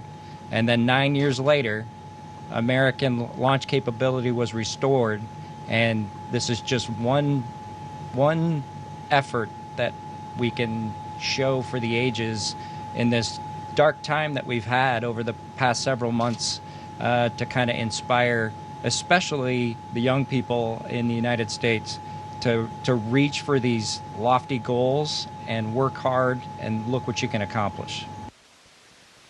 Thank you, gentlemen. God bless you.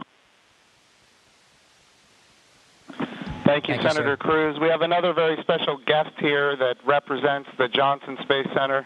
And, of course, it's my good friend from the House of Representatives, Dr. Brian Babin. And I want to be clear, he also was a big part of the NASA Transition Authorization Act, which gave us the continuity of purpose to make this happen today. So, gentlemen, here is Dr. Brian Babin from the state of Texas. Thank you. It's great to be with you guys. I was at the launch yesterday. I just want to say a huge congratulations. And, there was a thunderstorm that blew in about 30 minutes or 45 minutes or so before liftoff. and it was in doubt there for a minute, but it was just an enormous achievement. I just want to say thank you for you guys. Really appreciate what you're doing for America, and the crew that's already been up there, Chris, and your two fellow Russians. To give you a great big thank you as well. I have a son who is a Navy SEAL, and I want to thank you for your service there too, Chris. And also, I would like to just see what I know you said that the craft, the Dragon, handled very well, but I want to see how it compares with the space shuttle. If one of you would address that, I would appreciate it.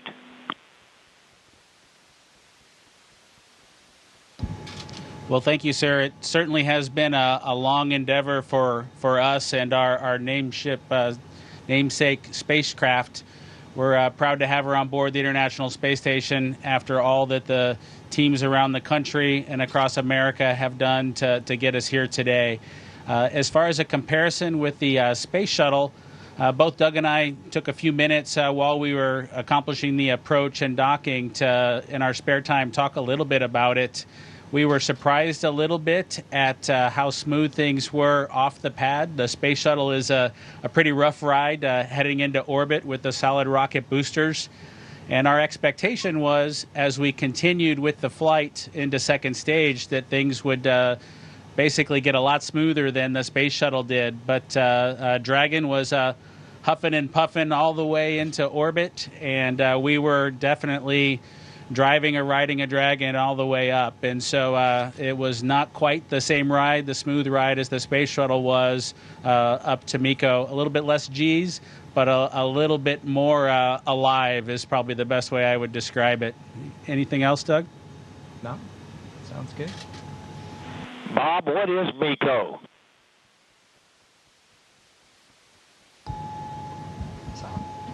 Sorry, I have to apologize for actually using the term MECO. It's a little bit confusing between the space shuttle and the Dragon vehicle. So it's a main engine cutoff is what MECO stands for. Those happened at different times in flight for the two vehicles. For the space shuttle, that was when you were all the way in orbit. For Dragon, that was just a little bit after 2 minutes. And then we had the single engine cutoff for second stage when we achieved orbit. So that time under the single engine under Dragon with one engine was more of an experience than the shuttle was for that 6.5 minutes or so that we were under that second stage motor. Well, I would just like to say, in fact, Doug, did you have something you wanted to add there? I met your mother and father yesterday, Doug, and great folks. They're very, very proud of their son.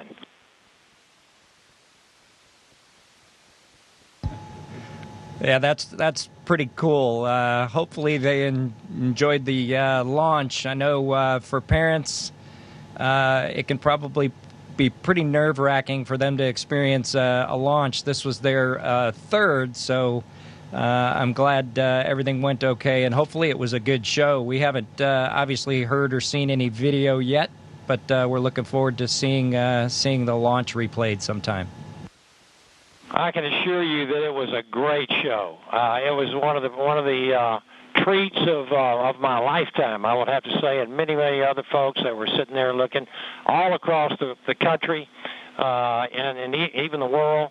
And I can tell you, as Senator Cruz said, we've gone through some really, really rough times over the last few days, and to have that successful launch. The public-private partnership between NASA and SpaceX, and you guys being so well-trained and having it go off without a hitch was a tremendous blessing for our country.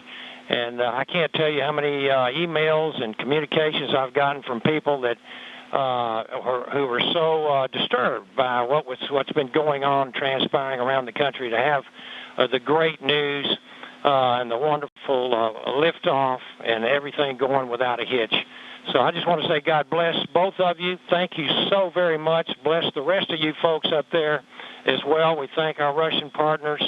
And Thank you, Chris. Y'all are all in our prayers, and we're looking forward to seeing you successfully complete your mission and back on safely on Earth. God bless.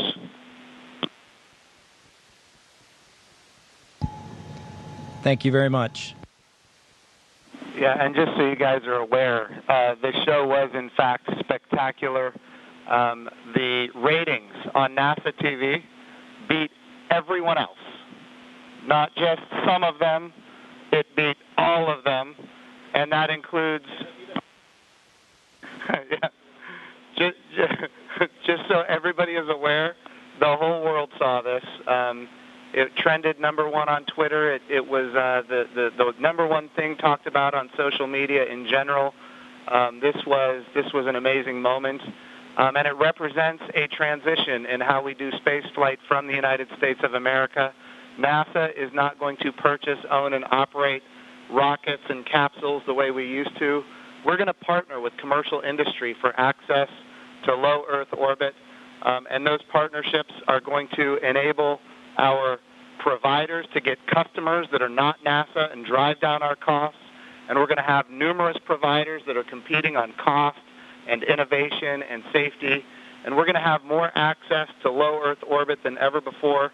And this business model, now that it's been proven on commercial resupply of the International Space Station, now commercial crew to the International Space Station, this model is going to apply, and I know Senator Cruz has this near and dear to him, when we go to the moon. And of course, when we go to the moon, it's going to be done because of the great people here at the Johnson Space Center and so many other centers across the United States of America. But when we go to the moon, we're going to land on the surface of the moon with commercial landers. And of course, we're very proud of the Commercial Lunar Payload Services Program being managed right here out of the Johnson Space Center as well, so that we can take small payloads to the surface of the moon. And all of this is leading up to an amazing day where we have humans living and working for long periods of time on the surface of the moon, but doing it with a purpose. And that purpose, of course, is to go to Mars. Humanity is going to explore more and be able to go further than ever before because of the public-private partnerships. We all know that if the government is creating the demand and the government is creating the supply, we will always be limited. But when we have partners that are interested in exploring commercially and doing the things that are necessary, to get capital investment, then we're all going to end up better. So I want to just say the whole world saw this. This is a new era in human space flight, and we are so grateful for the service of not just our two astronauts that embarked on this mission, but the 100,000-plus people that participate in it, in this mission, everything from the suppliers to the main contractors, to the NASA team, the SpaceX team. What an amazing day for our country and, in fact, for the world. I'm going to turn it over for a second to my deputy, Jim Morehard, who's been a great deputy at NASA.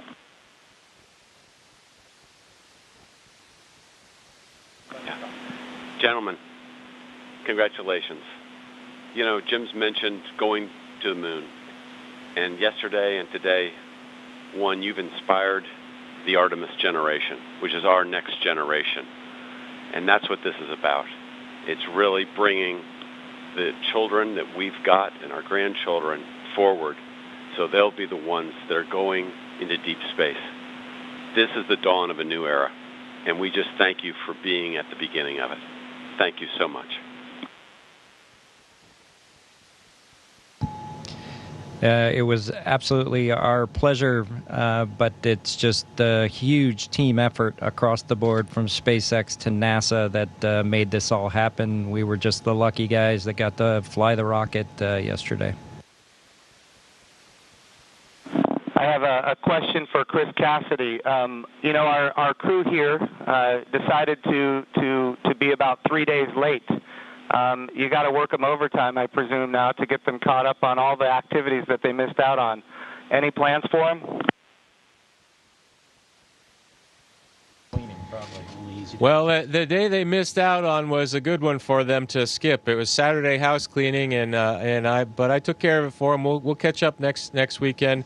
But in all seriousness, we've got a few things to take care of tonight. Make sure we're all safe and we know the plan in case something bad happens.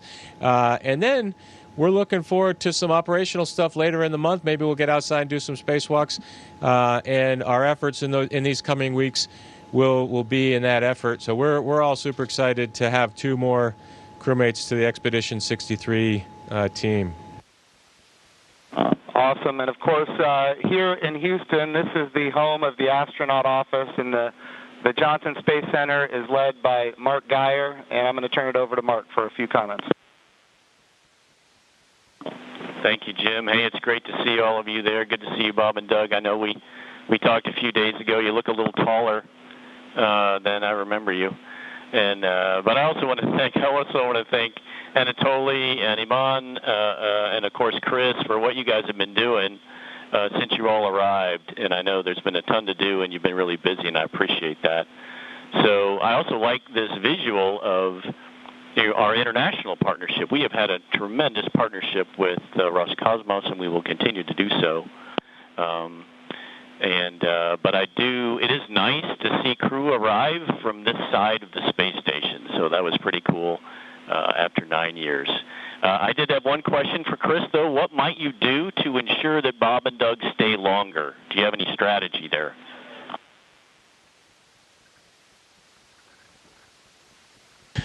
Well, we'll slow down the rate of which I'm eating food, and maybe we can stretch out our consumables a little bit. But that's a great question. We'll have to come up with some conniving scheme here in the next few days. All right, thank you. Thanks, guys. Look forward to greeting the 3 of you eventually back in Ellington after your work is complete. Thank you. And of course, Mark Geyer has an amazing deputy, Vanessa Weish, if you'd like to come and say a few words. Thank you, Jim. Hi, guys. You look really good. I just want to say on behalf of everybody here, we just want to thank you. It was an amazing launch, and we love seeing the docking. You guys all look really good. Just thank you for all that you're doing, and we can't wait for you to return, but not too soon. Station wants you to get a lot of work done, so looking forward to all of that. But thank you, and God bless. Thank you, Vanessa. We appreciate that. All right, we also have with us Steve Jerzik, who is the Associate Administrator for the agency. For people who don't know what that is, that, of course, is the Chief Operating Officer of the agency. But he also ran the flight readiness review for this mission. He did really an amazing job, and I can't say enough about his leadership at the agency. Steve, if you'd like to say a few words, ask a few questions.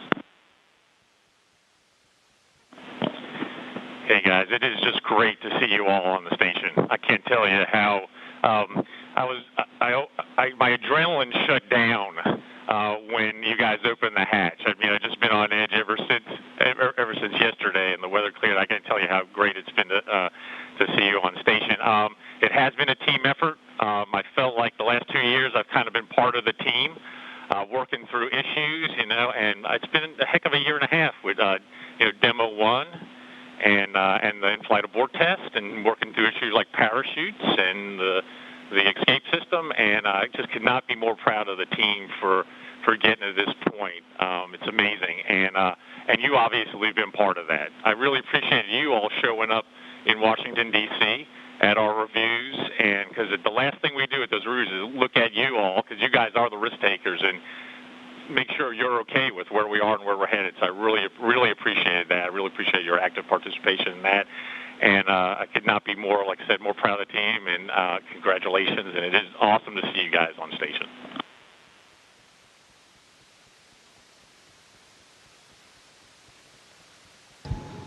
Well, thank you, sir. We're just proud to be a part of the team that got to bring space flight back to the Florida coast. I appreciated the comment earlier that it was nice to see a vehicle come to the forward portion of the space station, but I'll tell you what, that's the only way Doug and I know how to do it. So thanks to the team for providing it to happen our way. We appreciate that.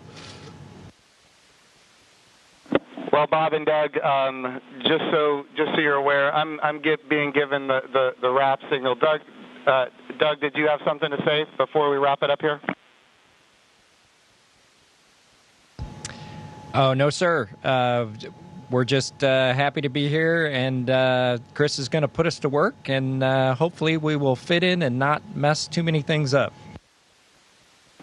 I have no doubt that you guys are going to do amazing work. I just want you to know the president came to the launch and the vice president came to the launch. About half the cabinet was at the launch. We had members of Congress and members of the Senate from both sides of the aisle. And this was an amazing moment of unity for the nation. It was an amazing moment for the whole world to look up.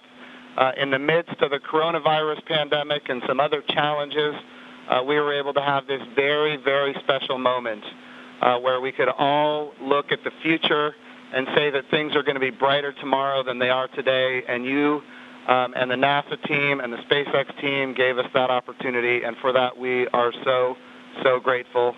I would also be remiss as the NASA administrator if I didn't promote what comes next. And of course, this is the beginning. We are now launching to low Earth orbit again, but we will soon be going to the moon. We will be going to the moon sustainably with commercial partners and international partners. We're going to use the resources of the moon to learn how to live and work for long periods of time. Ultimately, we're going to take all of that knowledge and we're going to go to Mars. And of course, this time when we go to the moon, we go with a very diverse, highly qualified astronaut corps that includes women, which is why we call the program Artemis, named after the twin sister of Apollo, and she, in Greek mythology, was the goddess of the moon. This is the beginning. There is so much more to come, and I'm glad that our representatives of the Johnson Space Center are here because we're going to be asking them to fund this project. And what an amazing day that you guys have given us. So thank you from not just me and the people here, but from the United States of America and people all around the world. I'm more popular on Twitter than I've ever been, and it's because of you guys. Thank you.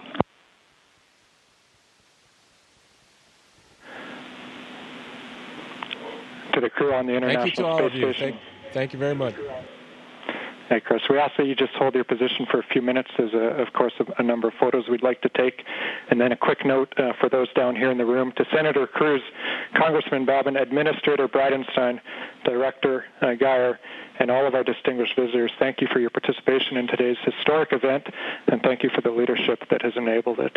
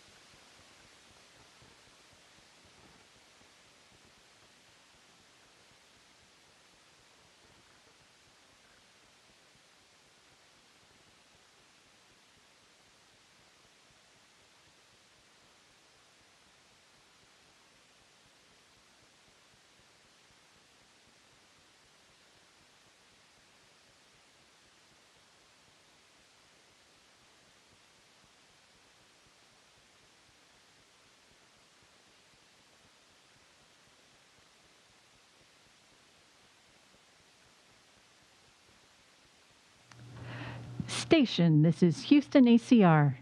Thank you. That concludes our event as we count down to 20 continuous years of humans living and working on the International